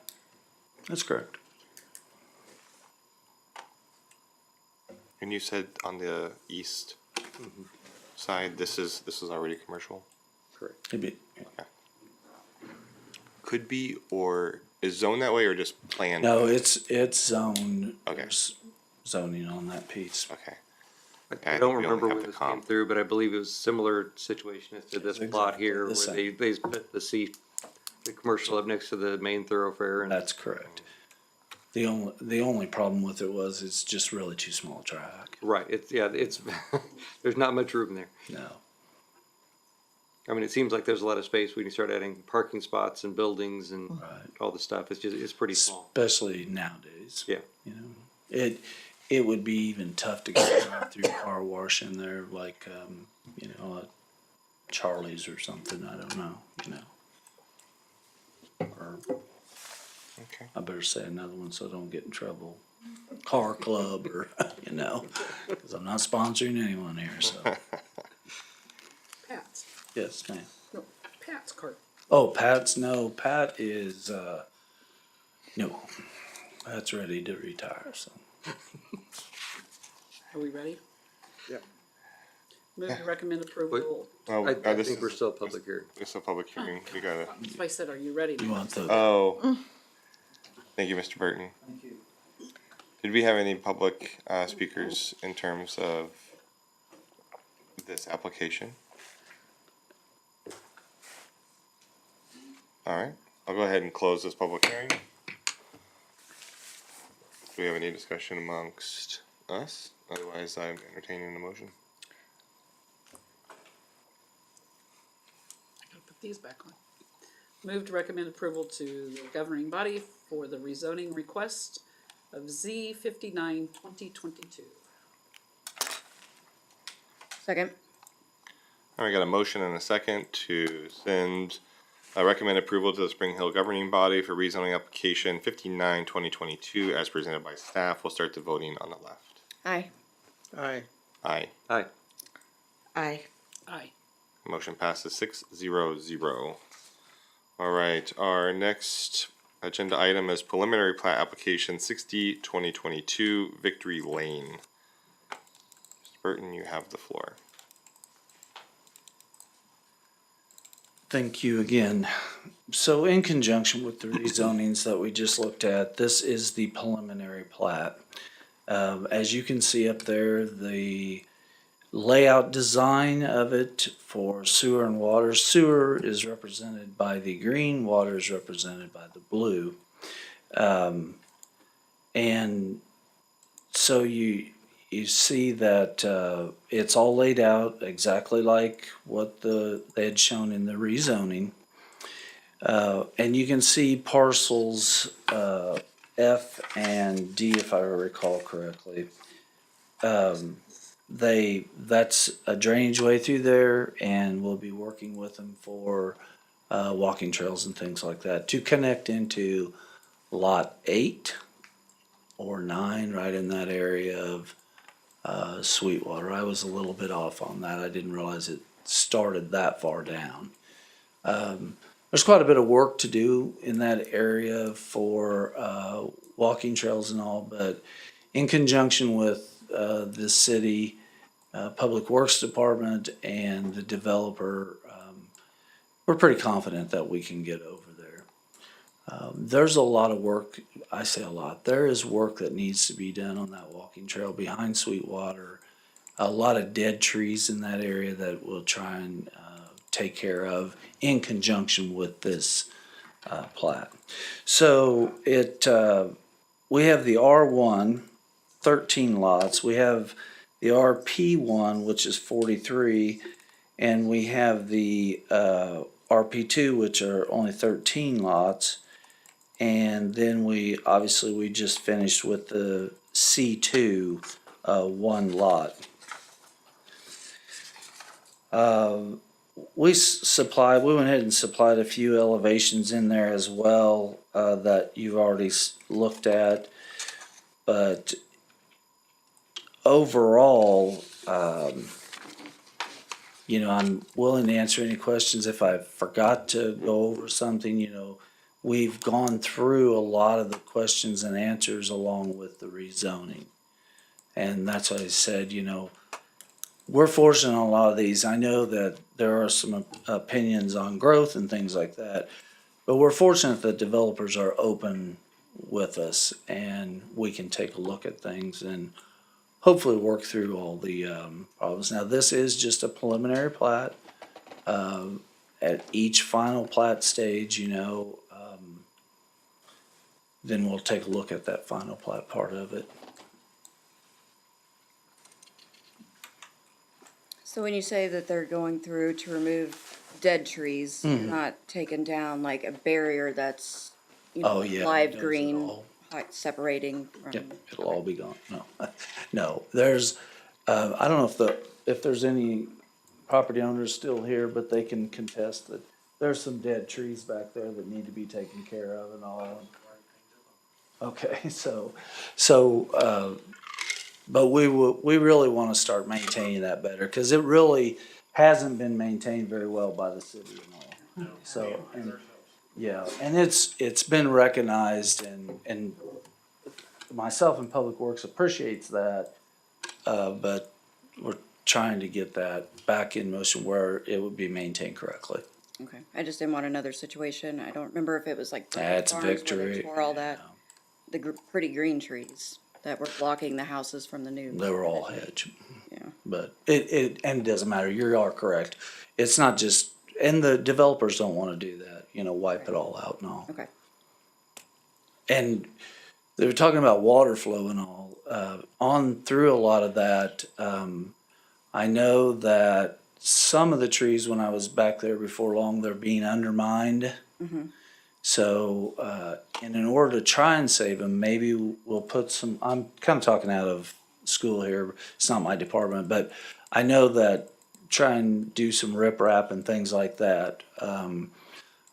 But we want to make sure that's maintained correctly, because at Sweetwater, some of those trees that are being undermined, and maybe they've already been taken care of, the ones I'm thinking of, if they fall, I mean, they're big enough, they go clear over to the houses.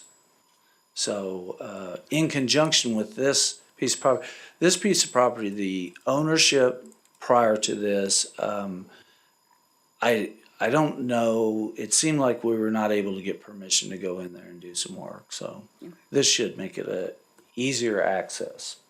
So I think we had to track through somebody's yard one time to do something with a tree or something. If I'm right, hey, how are you? Didn't recognize you there. So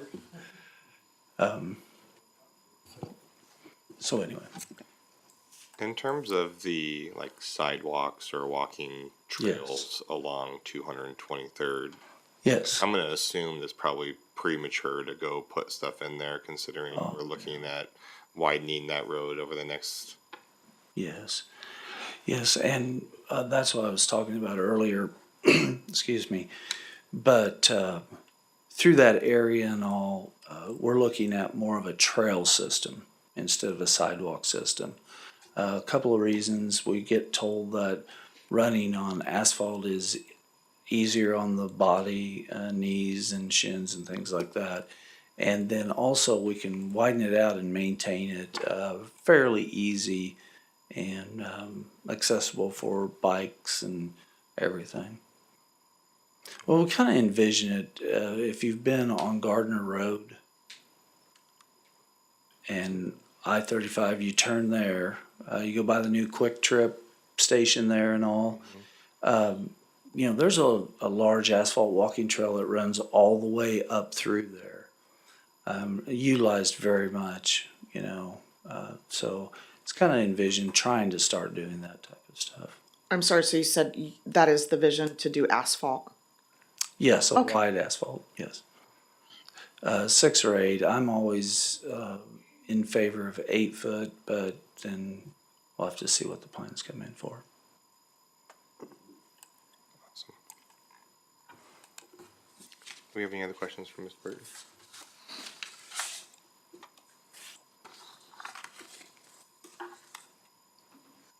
Otherwise, I entertain a motion. Motion to recommend approval of preliminary plat application, plat 60-2022 for Victory Lane as presented in staff report.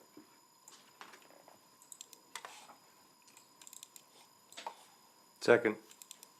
All right, we have a motion and a second to approve preliminary plat 60-2022 Victory Lane of Spring Hill, Miami County, as presented by staff. Let's start the voting on the left. Aye. Aye. Aye. Aye. Aye. All right, motion passes 6-0-0. That concludes our formal actions. We'll go into discussions. Mr. Burton. Thank you. So it's finally time. We've been talking about it for a long time. Believe it or not, the comp plan discussion was way before me. And there's some of you that's been here a long time, and you know, we really, really need to do it. We finally were able to, we were allowed to by the governing body to take bids and able to hire Shockey, and in conjunction with Shockey, CFS Engineering is, I don't know, working with them or a partnership on this or something. If you guys can come on up here a little closer, it'd be great. So, sorry. Anyway, it's time to discuss it. I know that we talk and talk and talk about it. All right. This is the time. What this is kickoff tonight. We, obviously, the next meeting, we're going to get full direction. We would like full direction from this body.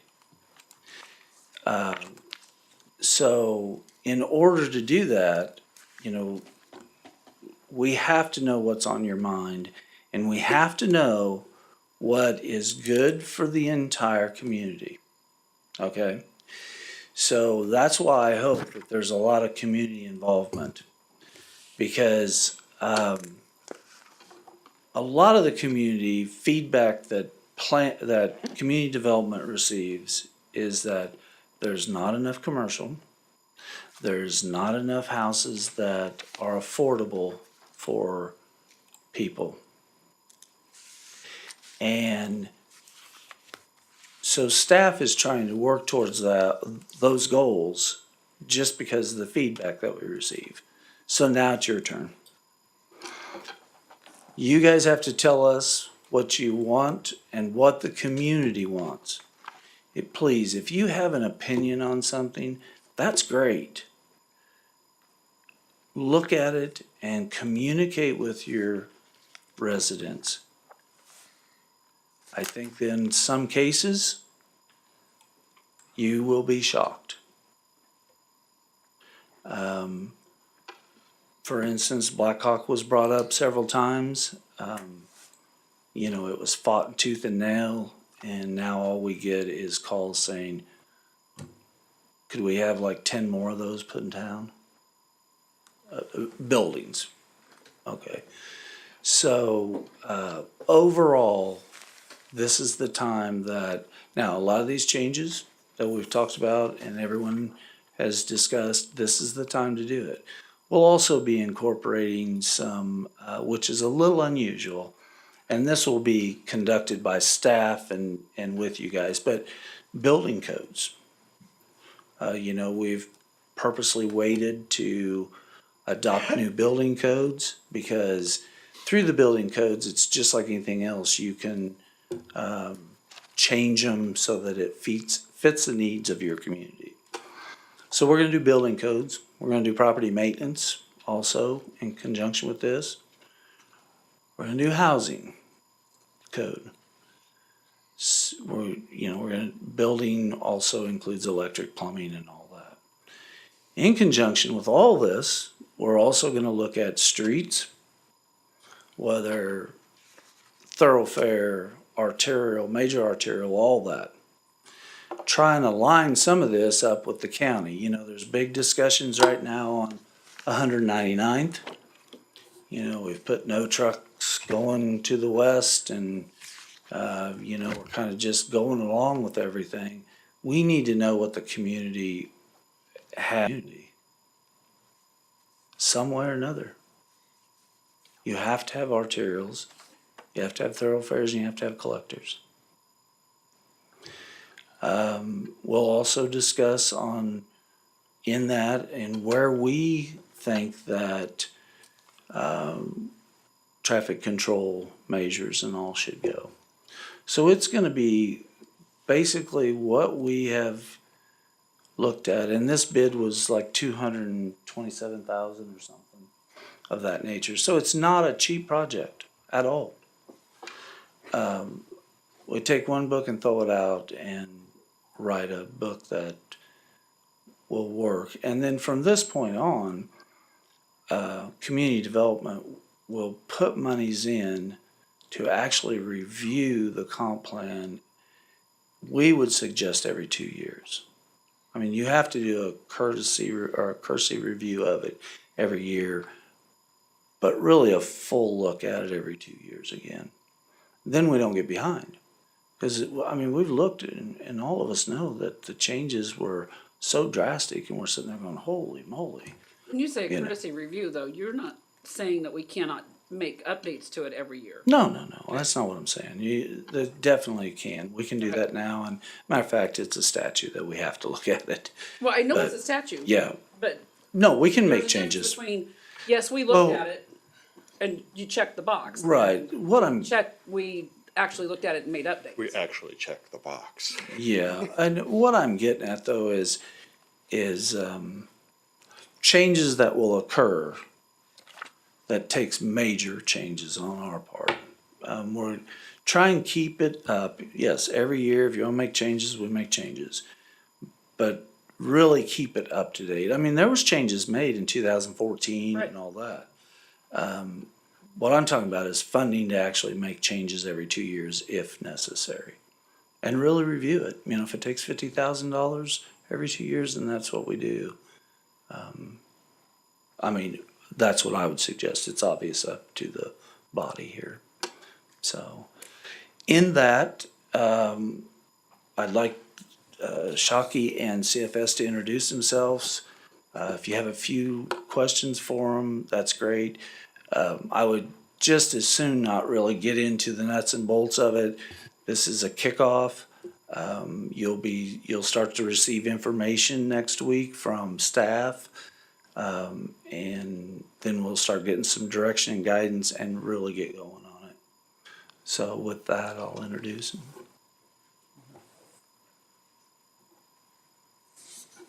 Thank you. Hi. Hi, my name is Sheila Shockey. I'm the president of Shockey Consulting. Just a little bit about us. We started 24 years ago. We're located in downtown Overland Park, and also we have an office in St. Louis.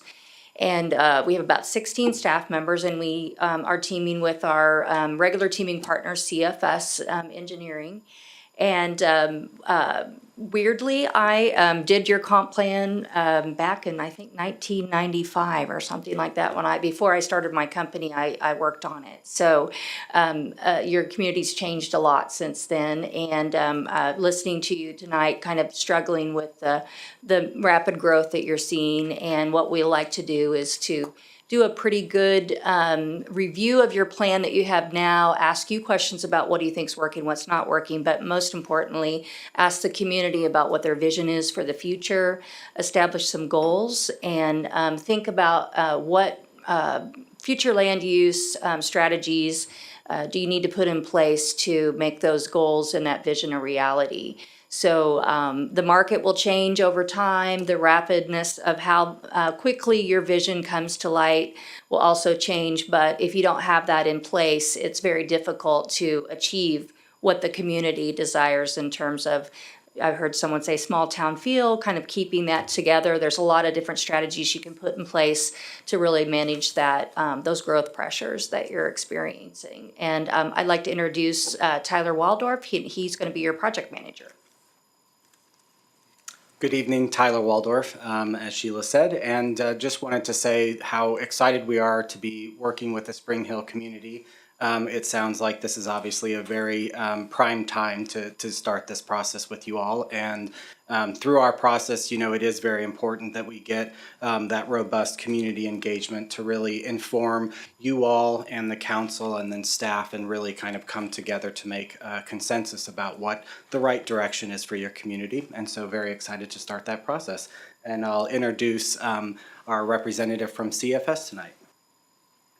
Hi everyone, I'm Nayla Seta and I'm with CFS. I'm a design engineer with the firm, and I work with another team member, and we've partnered with Shockey many times in Independence and various other cities like Lenexa, and we really love how they put together this engagement with the community, and we're excited to work on roadway and utilities and that sort of aspect of the comprehensive plan. And thank you for the opportunity.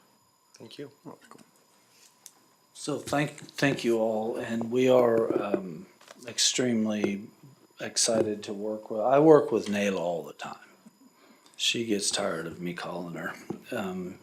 So it works good. And CFS, I did not know that you'd worked on the comp plan, but CFS right now does quite a bit of work for the city. To give you an example, they just did our dam assessment out at the lake.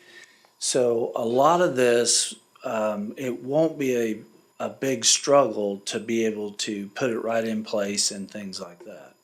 So do you have any questions for them? And So, yeah, tell me, Sure. having been through this twice before, because you did look familiar. Yeah.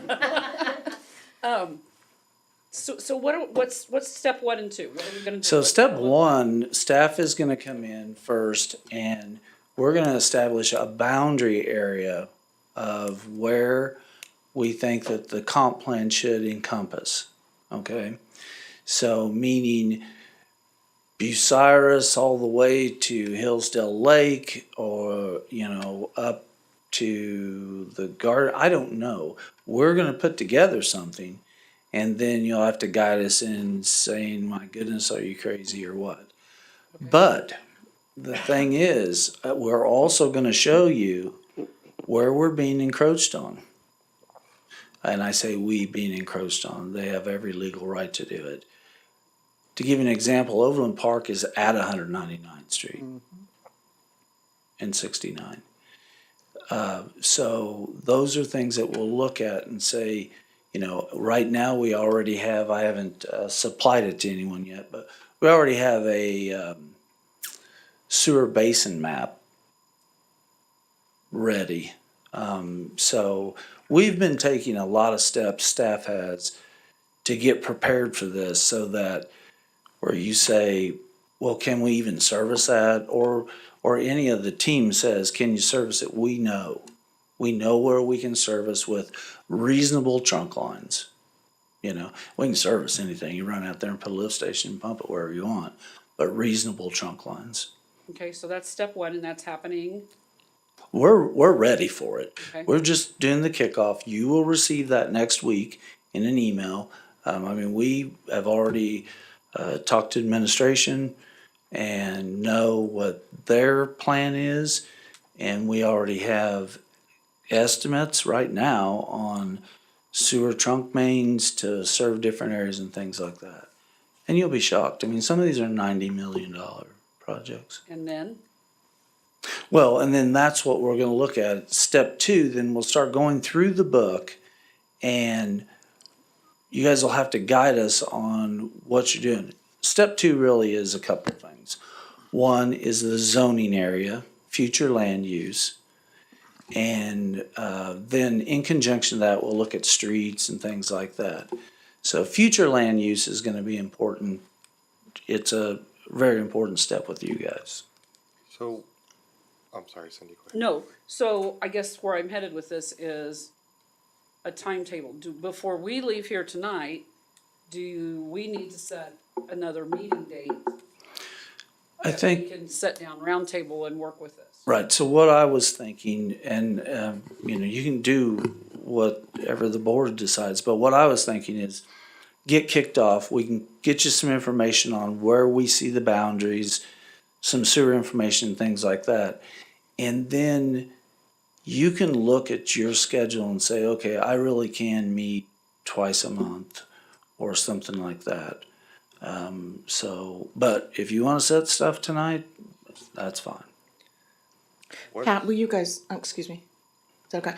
Are you guys sending information out to the public? It will be rather on than- the website, there will be no I'm sorry, go ahead with the question. Well, I was just gonna say, with the school district, they'll send out questionnaires via email or, through phone or text or whatever you can do, so that you get public comment and not just a handful of people who come to a hearing. No, we're doing the data, tell me how that is, it's the, I can answer that. yeah, let's do it. Sure. So I can give you a little bit, let me grab this real quick, kind of a little bit of a timeline that we proposed.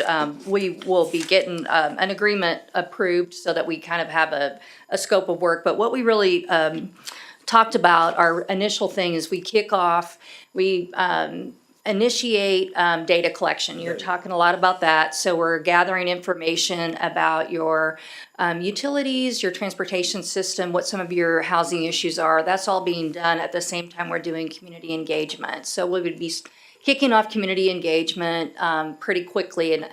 We have a pretty tried and true process on how we do that. But we will be looking to you to give us that unique aspects of your community. How to, where do people drink coffee? Where do they, how do they get their information? Backpack flyers, or they have an email through the school, that sort of thing. We do a lot of engagement online with questionnaires, but we also have in-person meetings, and so those will be scheduled out as well. The first thing we talk about is the vision. What do you want your community to be? And we have a pretty good description of what that is before we really start thinking about, well, what does that mean in terms of population projections and housing needs and transportation needs and infrastructure needs? So we get that really defined by the community first. While we're gathering what's possible, and then we marry those two together to decide what does your future land use look like? Where is the appropriate place for commercial, residential, industrial, whatever it is that the community decides. And so we do propose that a lot of the engagement process and the work being done happen kind of in the spring and starting into the summer, because this is a process that will take about a year to complete if you want good community engagement. Okay. We could come in and rewrite your plan with about 5 meetings with you, but I don't think that that's what you would be looking for. You really need community conversations to kind of work through, what does affordable housing mean? Do we want that? Where should that be located? What are the reasons for that? Maybe we don't want that. Maybe we want this price point. Maybe we're looking for this style of home. That sort of thing. So we want to work through all that. We will have a steering committee that's put together that can either be planning commissioners or planning commissioners and additional folks. And we do recommend that you may want to bring some additional people in to that process to get different perspectives in your community. Yeah, so we're gonna, also we'll be working, we have a digital platform that we use. I think we're Bang the Table, is that what we're gonna use? Yeah, it's called Bang the Table. And it will have a lot of social media, yeah. A lot of social media that will help drive people to that. We'll use your existing communications systems that you use in your community to kind of drive people towards that process. Chick chatter. Yeah. So yeah, if you do that, Chick chatter. yeah. So a lot of people use other types of ways that they communicate. And then stakeholder focus groups. So we'll talk with the development community. We'll talk with maybe folks that are already doing development here and kind of develop some idea of what the market is and what pressures you're seeing in terms of development. And then we will have some meetings with your city leadership, so your city council and the planning commission. Oftentimes we do those jointly and work through some of the specifics that you want to include in your plan. And then we have a plan reveal, an open house, where people can come by and look at the draft plan. We usually have that, they can do it digitally online, or they can do it in person. We answer questions and gather feedback from them about what they think about the draft. We provide all of that input to you so that when you come together as a planning commission body, you can have a better understanding of what the community overall is saying, what some of the pros and cons are of some of the things that are in the plan, so you can weigh those and make decisions about what should be included. And then that goes to the city council for final adoption. So that's kind of the process. It is a year-long process. And like I said, we have done them a lot shorter in the past, but we find that right now in communities that are experiencing growth pressures, it's better to have those community conversations and do pretty extensive community engagement over a period of time to make sure that you get everybody's perspective before you make those tough decisions, because they are tough decisions about what you want your community to be in the future. So that's kind of the time frame. We will give you a diagram that says these are the meetings, these are the ones we need you to attend.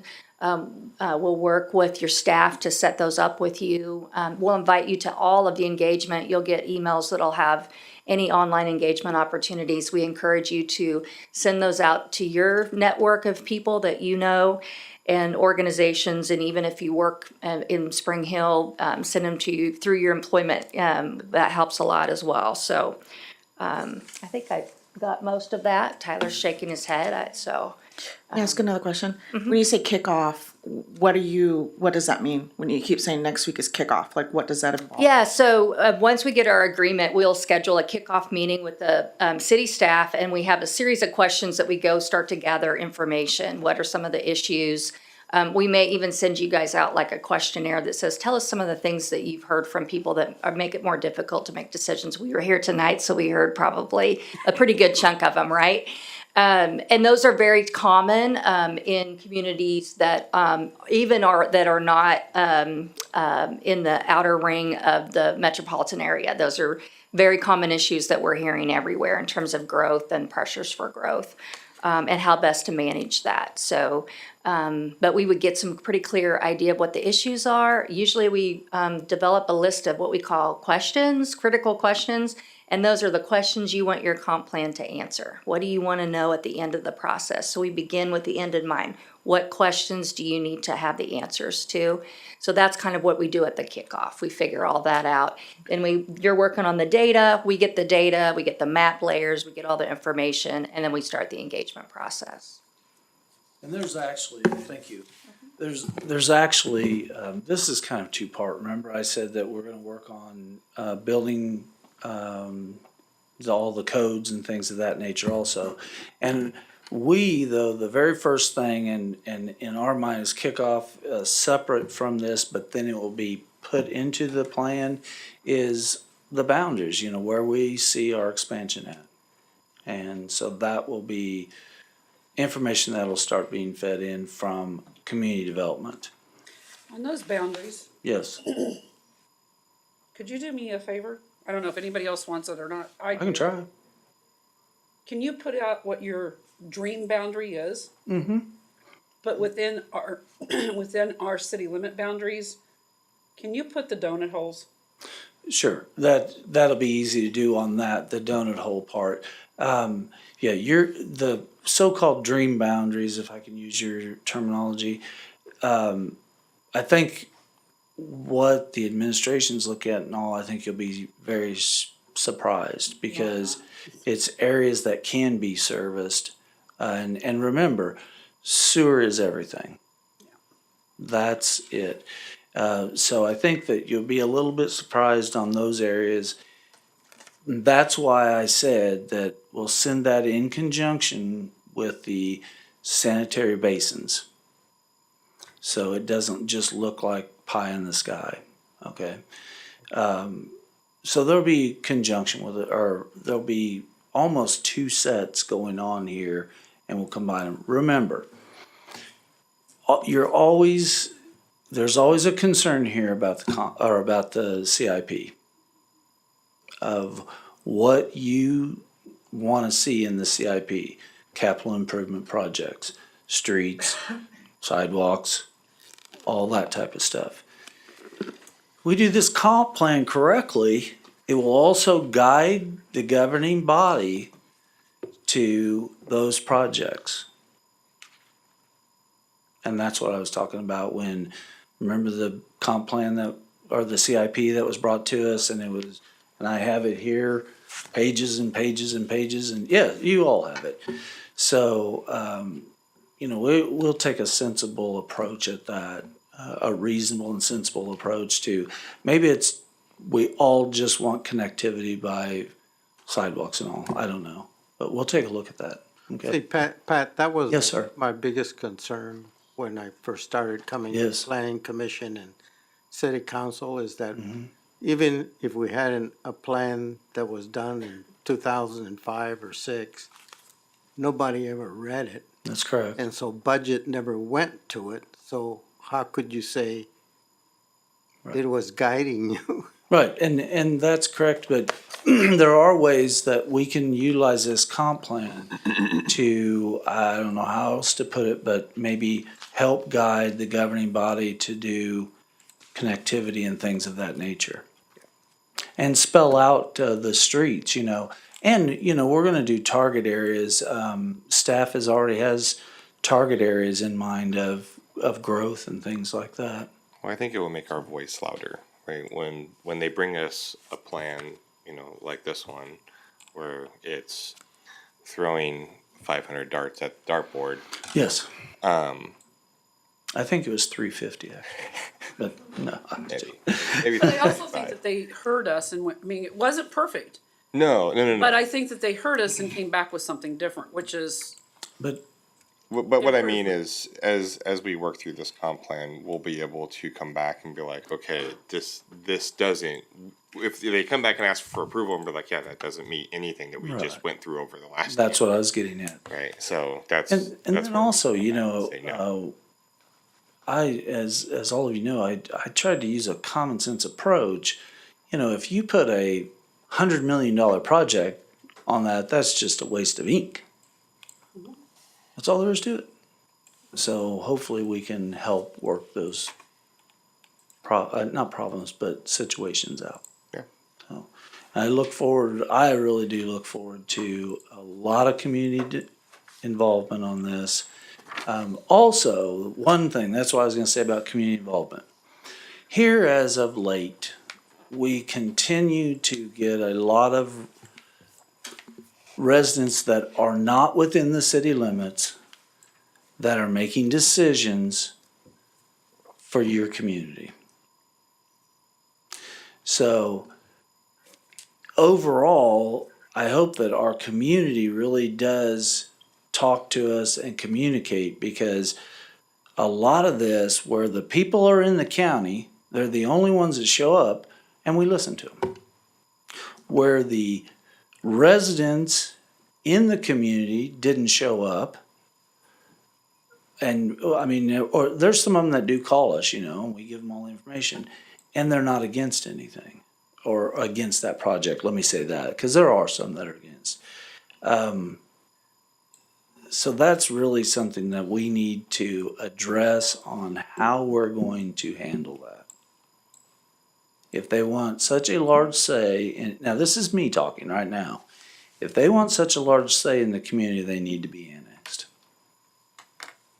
That's my opinion, and, you know, Cause county doesn't pay city taxes. correct? not at all. That's what I thought. No, they don't pay city taxes and they don't vote. Oh, I know that. I learned Yeah. that. So that's something I've been wanting to say for a while, but I've been waiting for this comp plan. As So a Miami County representative on this board, I totally understand what those what that's like. sure. But I think you do a good job of balancing them. I really do. I'm sorry. No, it's not just happening at, never mind. Yeah, you're exactly right. I know what you're gonna say. Okay, so any other questions? We really do appreciate you guys. I'm sure, Nayla, I'll talk to you soon, and I'll meet with everyone. Amy will probably be point on most everything. Okay? Thank you very much. Thanks. Okay, so, thank you for taking that time on that. I'm I think that it's gonna be really good. But I think we need to set, just me personally, my personal opinion is I think we need to set a meeting so that we can get started and have our ducks in a row and get some information pulled out of us that's just comp plan information. Okay, so if you want, we can get it set. I feel like it's I feel like we have too many people missing tonight to schedule a meeting. I feel like we should probably maybe ask Amy or staff to send out an email and see if we can get some information back from the individuals that aren't here. Because I would hate to say, okay, yeah, let's do it on this day, and then everybody. No, I understand, no, Yeah. but even if us, Yeah, meet, sure. Yeah, even if 6 can say, come to an agreement that, hey, Monday nights don't work for any of us. If there's only 2 that are missing, Monday nights are never gonna work. I mean, do you see what I'm saying? Yeah. If we can all say, this night does not ever work. Cause I mean, at one point Troy always had something on Wednesday nights I mean, there was always one night that never. Second Wednesday of the month. Yes. What? Second Wednesday of the month. Our rec commission meeting. See, I knew there was. That'll end in June. I'm just saying, if we could all come to a consensus of even 2 or 3 that worked, then we could see if that worked for those 2. I understand now. And staff is not opposed to, you know, a fairly early Saturday morning. Sunday won't work, but, well, the thing is, you know, and I know, but, remember, this is very, very important. Yeah, no, absolutely. So if you know, whatever it takes, we'll do it. There's no problem with that at all. I just have to get donut orders and coffee. what So kind are of we coffee. talking about meeting like twice a month? Are we talking about meeting? That is up to you, I wasn't directing it. to Oh, you. I'm I was sorry. talking Thank you. to- Yes. I mean, that's kind of what. I mean, Cindy, are you just envisioning, let's get together once and say what we want or whatever? Are we waiting for Pat to come back with his stuff? No, I think we're trying to discuss how often do we need to meet? When do we need to, like, when do we want to meet twice a month on Monday nights? I can tell you from years of doing this before, You're the one that's done this. Yeah. I've been through it twice. You're not gonna get through this with us, without us meeting twice. Because your meeting this night, Outside of this. yeah, you're gonna need to meet one other time outside of this for this project. It doesn't, you're just, I mean, we're 9:30 tonight. In particular, I'm done. I don't particularly wanna stay for another hour. The only other way that might happen is if you came in at 5:30 or 6 o'clock before the meeting. But then. It just, yeah, But it's it hard. just seems to be that you're getting your wheels started and then it's like, okay, well, we gotta stop and get the other meeting done. I love Saturday morning at 6. Does public have to be here? Does it have to be like an open meeting? Nope, it's just us. So you just go. Well, I sit guess, in the 'cause room? I work on the weekends, so. Come on, has to Mr. say there's gonna Rodolfo, be a planning commission meeting. you're with me, aren't you? If they come, they come, but it's All not, right. you're not inviting, you're not having to. Yeah.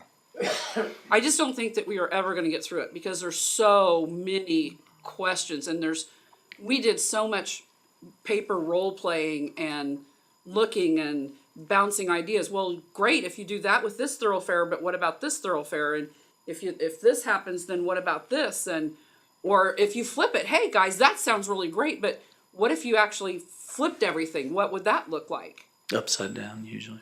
I mean, there was just so much, and that was when the town was smaller. I can't imagine. Well, hopefully we will be well organized. And the staff's Well, bigger. yeah. The staff's bigger, so there's a lot Be more help. well organized and in conjunction with Shockey and CFS. I mean, could we do, is everybody available Monday nights? So if we're trying to meet, I'm not trying to Yeah. step on you there. If we're trying to meet one other time outside of the meeting, and Thursday nights are city council meetings, except for every 2 weeks, we could have a meeting on Thursday night, so that it would keep us on Thursday nights. I don't know if that works for anybody but then we're every 2 weeks. And we will not have any other It'll be every business other but week comp meeting, plan. So, No other business but comp plan. right. Does that interfere with you having to be at a city council meeting? Well, no, it would be the opposite. The opposite. Oh, I see. Yeah. So it'd be 2 weeks from tonight, which is the opposite of the city council meeting. Or we could fight council for the chairs.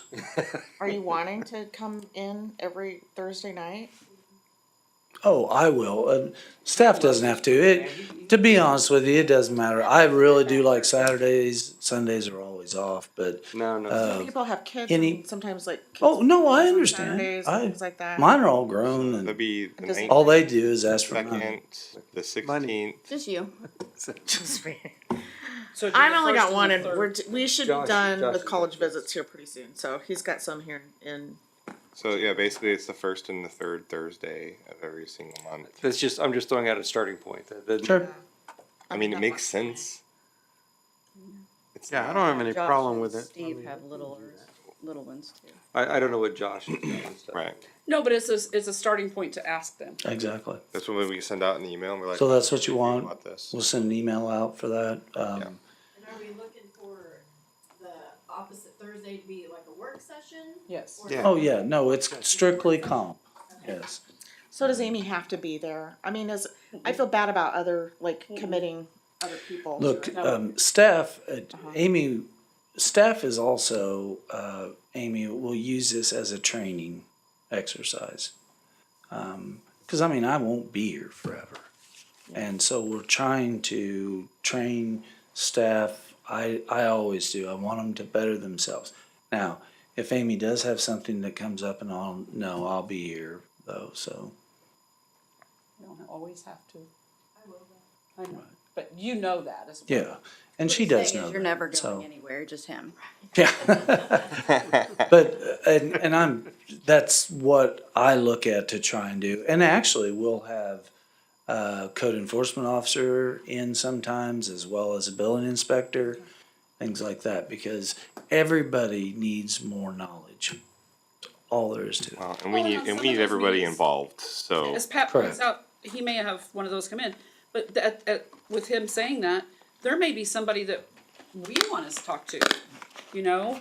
I'd like to hear from the police department. Well, yeah, or like the name pops into my head of they- Derek Buckridge because Derek's so involved with the trails. You know, Yeah. maybe we need somebody else to come in and talk to us and give Yeah. us their side of. Yeah, and we're gonna send those notes, and you're exactly right, we'll get, a lot of people, and, one thing that I did forget to mention is, remember, if an email's sent out, don't respond to all, and then if we are going to, let's say a few of you wanna have a committee or something, you just have to notify Amy, and that way we can get it listed. 3 or 4. Or maybe. It's 4, isn't it? Or maybe Or 3. since Kendra's What hung out is it? through all of this, we'll need Kendra to come in and say where she needs Fall Festival to go. Oh, I have a lot of things I'd like. How many total? We have, It's 5.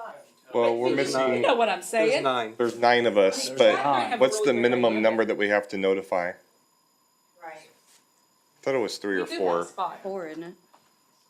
I think it's 4. I think you're correct. I think it's It'll 4. change.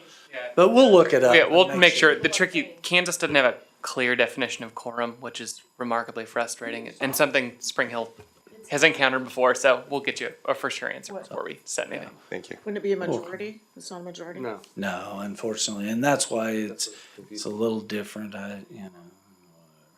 Okay, that's all I have, unless anyone has any additional questions. Yeah. What is the packet for the CAP? Is that just for us to have? Yes, Okay. so that you can see. Yeah, Okay, thank you.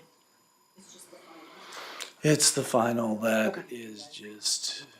Did you get my email or phone call? That I was running late? Okay. Okay, that's all I have. Thank you. Reports?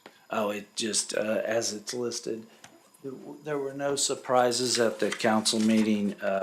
Everything that, let's see, I think there was, Final plat final plat, yes, and and, the bid acceptance. yep. And that was really it, so. I know they turning on the lights, Lights. the street, the Well, the people signal are lights. stopping anyways. Oh, they did? I haven't been. No, when are they? When are they? Oh, I'm sorry. No, they're done. They have to paint the lines first. We're waiting for some lines on Really? the stop bars for the vehicles. That's it. Everything's ready to go. They'll go blinking for a week, and then they'll go active. Oh, that ought to be good. Jeez. We're waiting for a Oh, warm couple of days who- so they can paint Who came up with blinking for a week? Oh, it. my Get them gosh. used to it. Oh, yeah, get them used to the blinking, and then when they start, And then yeah. they'll just keep going. Yeah, so, anyway, They're all She said stopping Dan now. Miller? I get stuck behind. yeah, them. we'll Dan work. Miller? Yeah, we'll work on that. A motion to adjourn? I move we adjourn. Thank you. Second. Thank you all. I We have a do motion appreciate and a it. second to adjourn. Circulate on the left. Aye. Aye. Motion passes 6-0-0. Who was the second? Mary, Me. Pick one. second.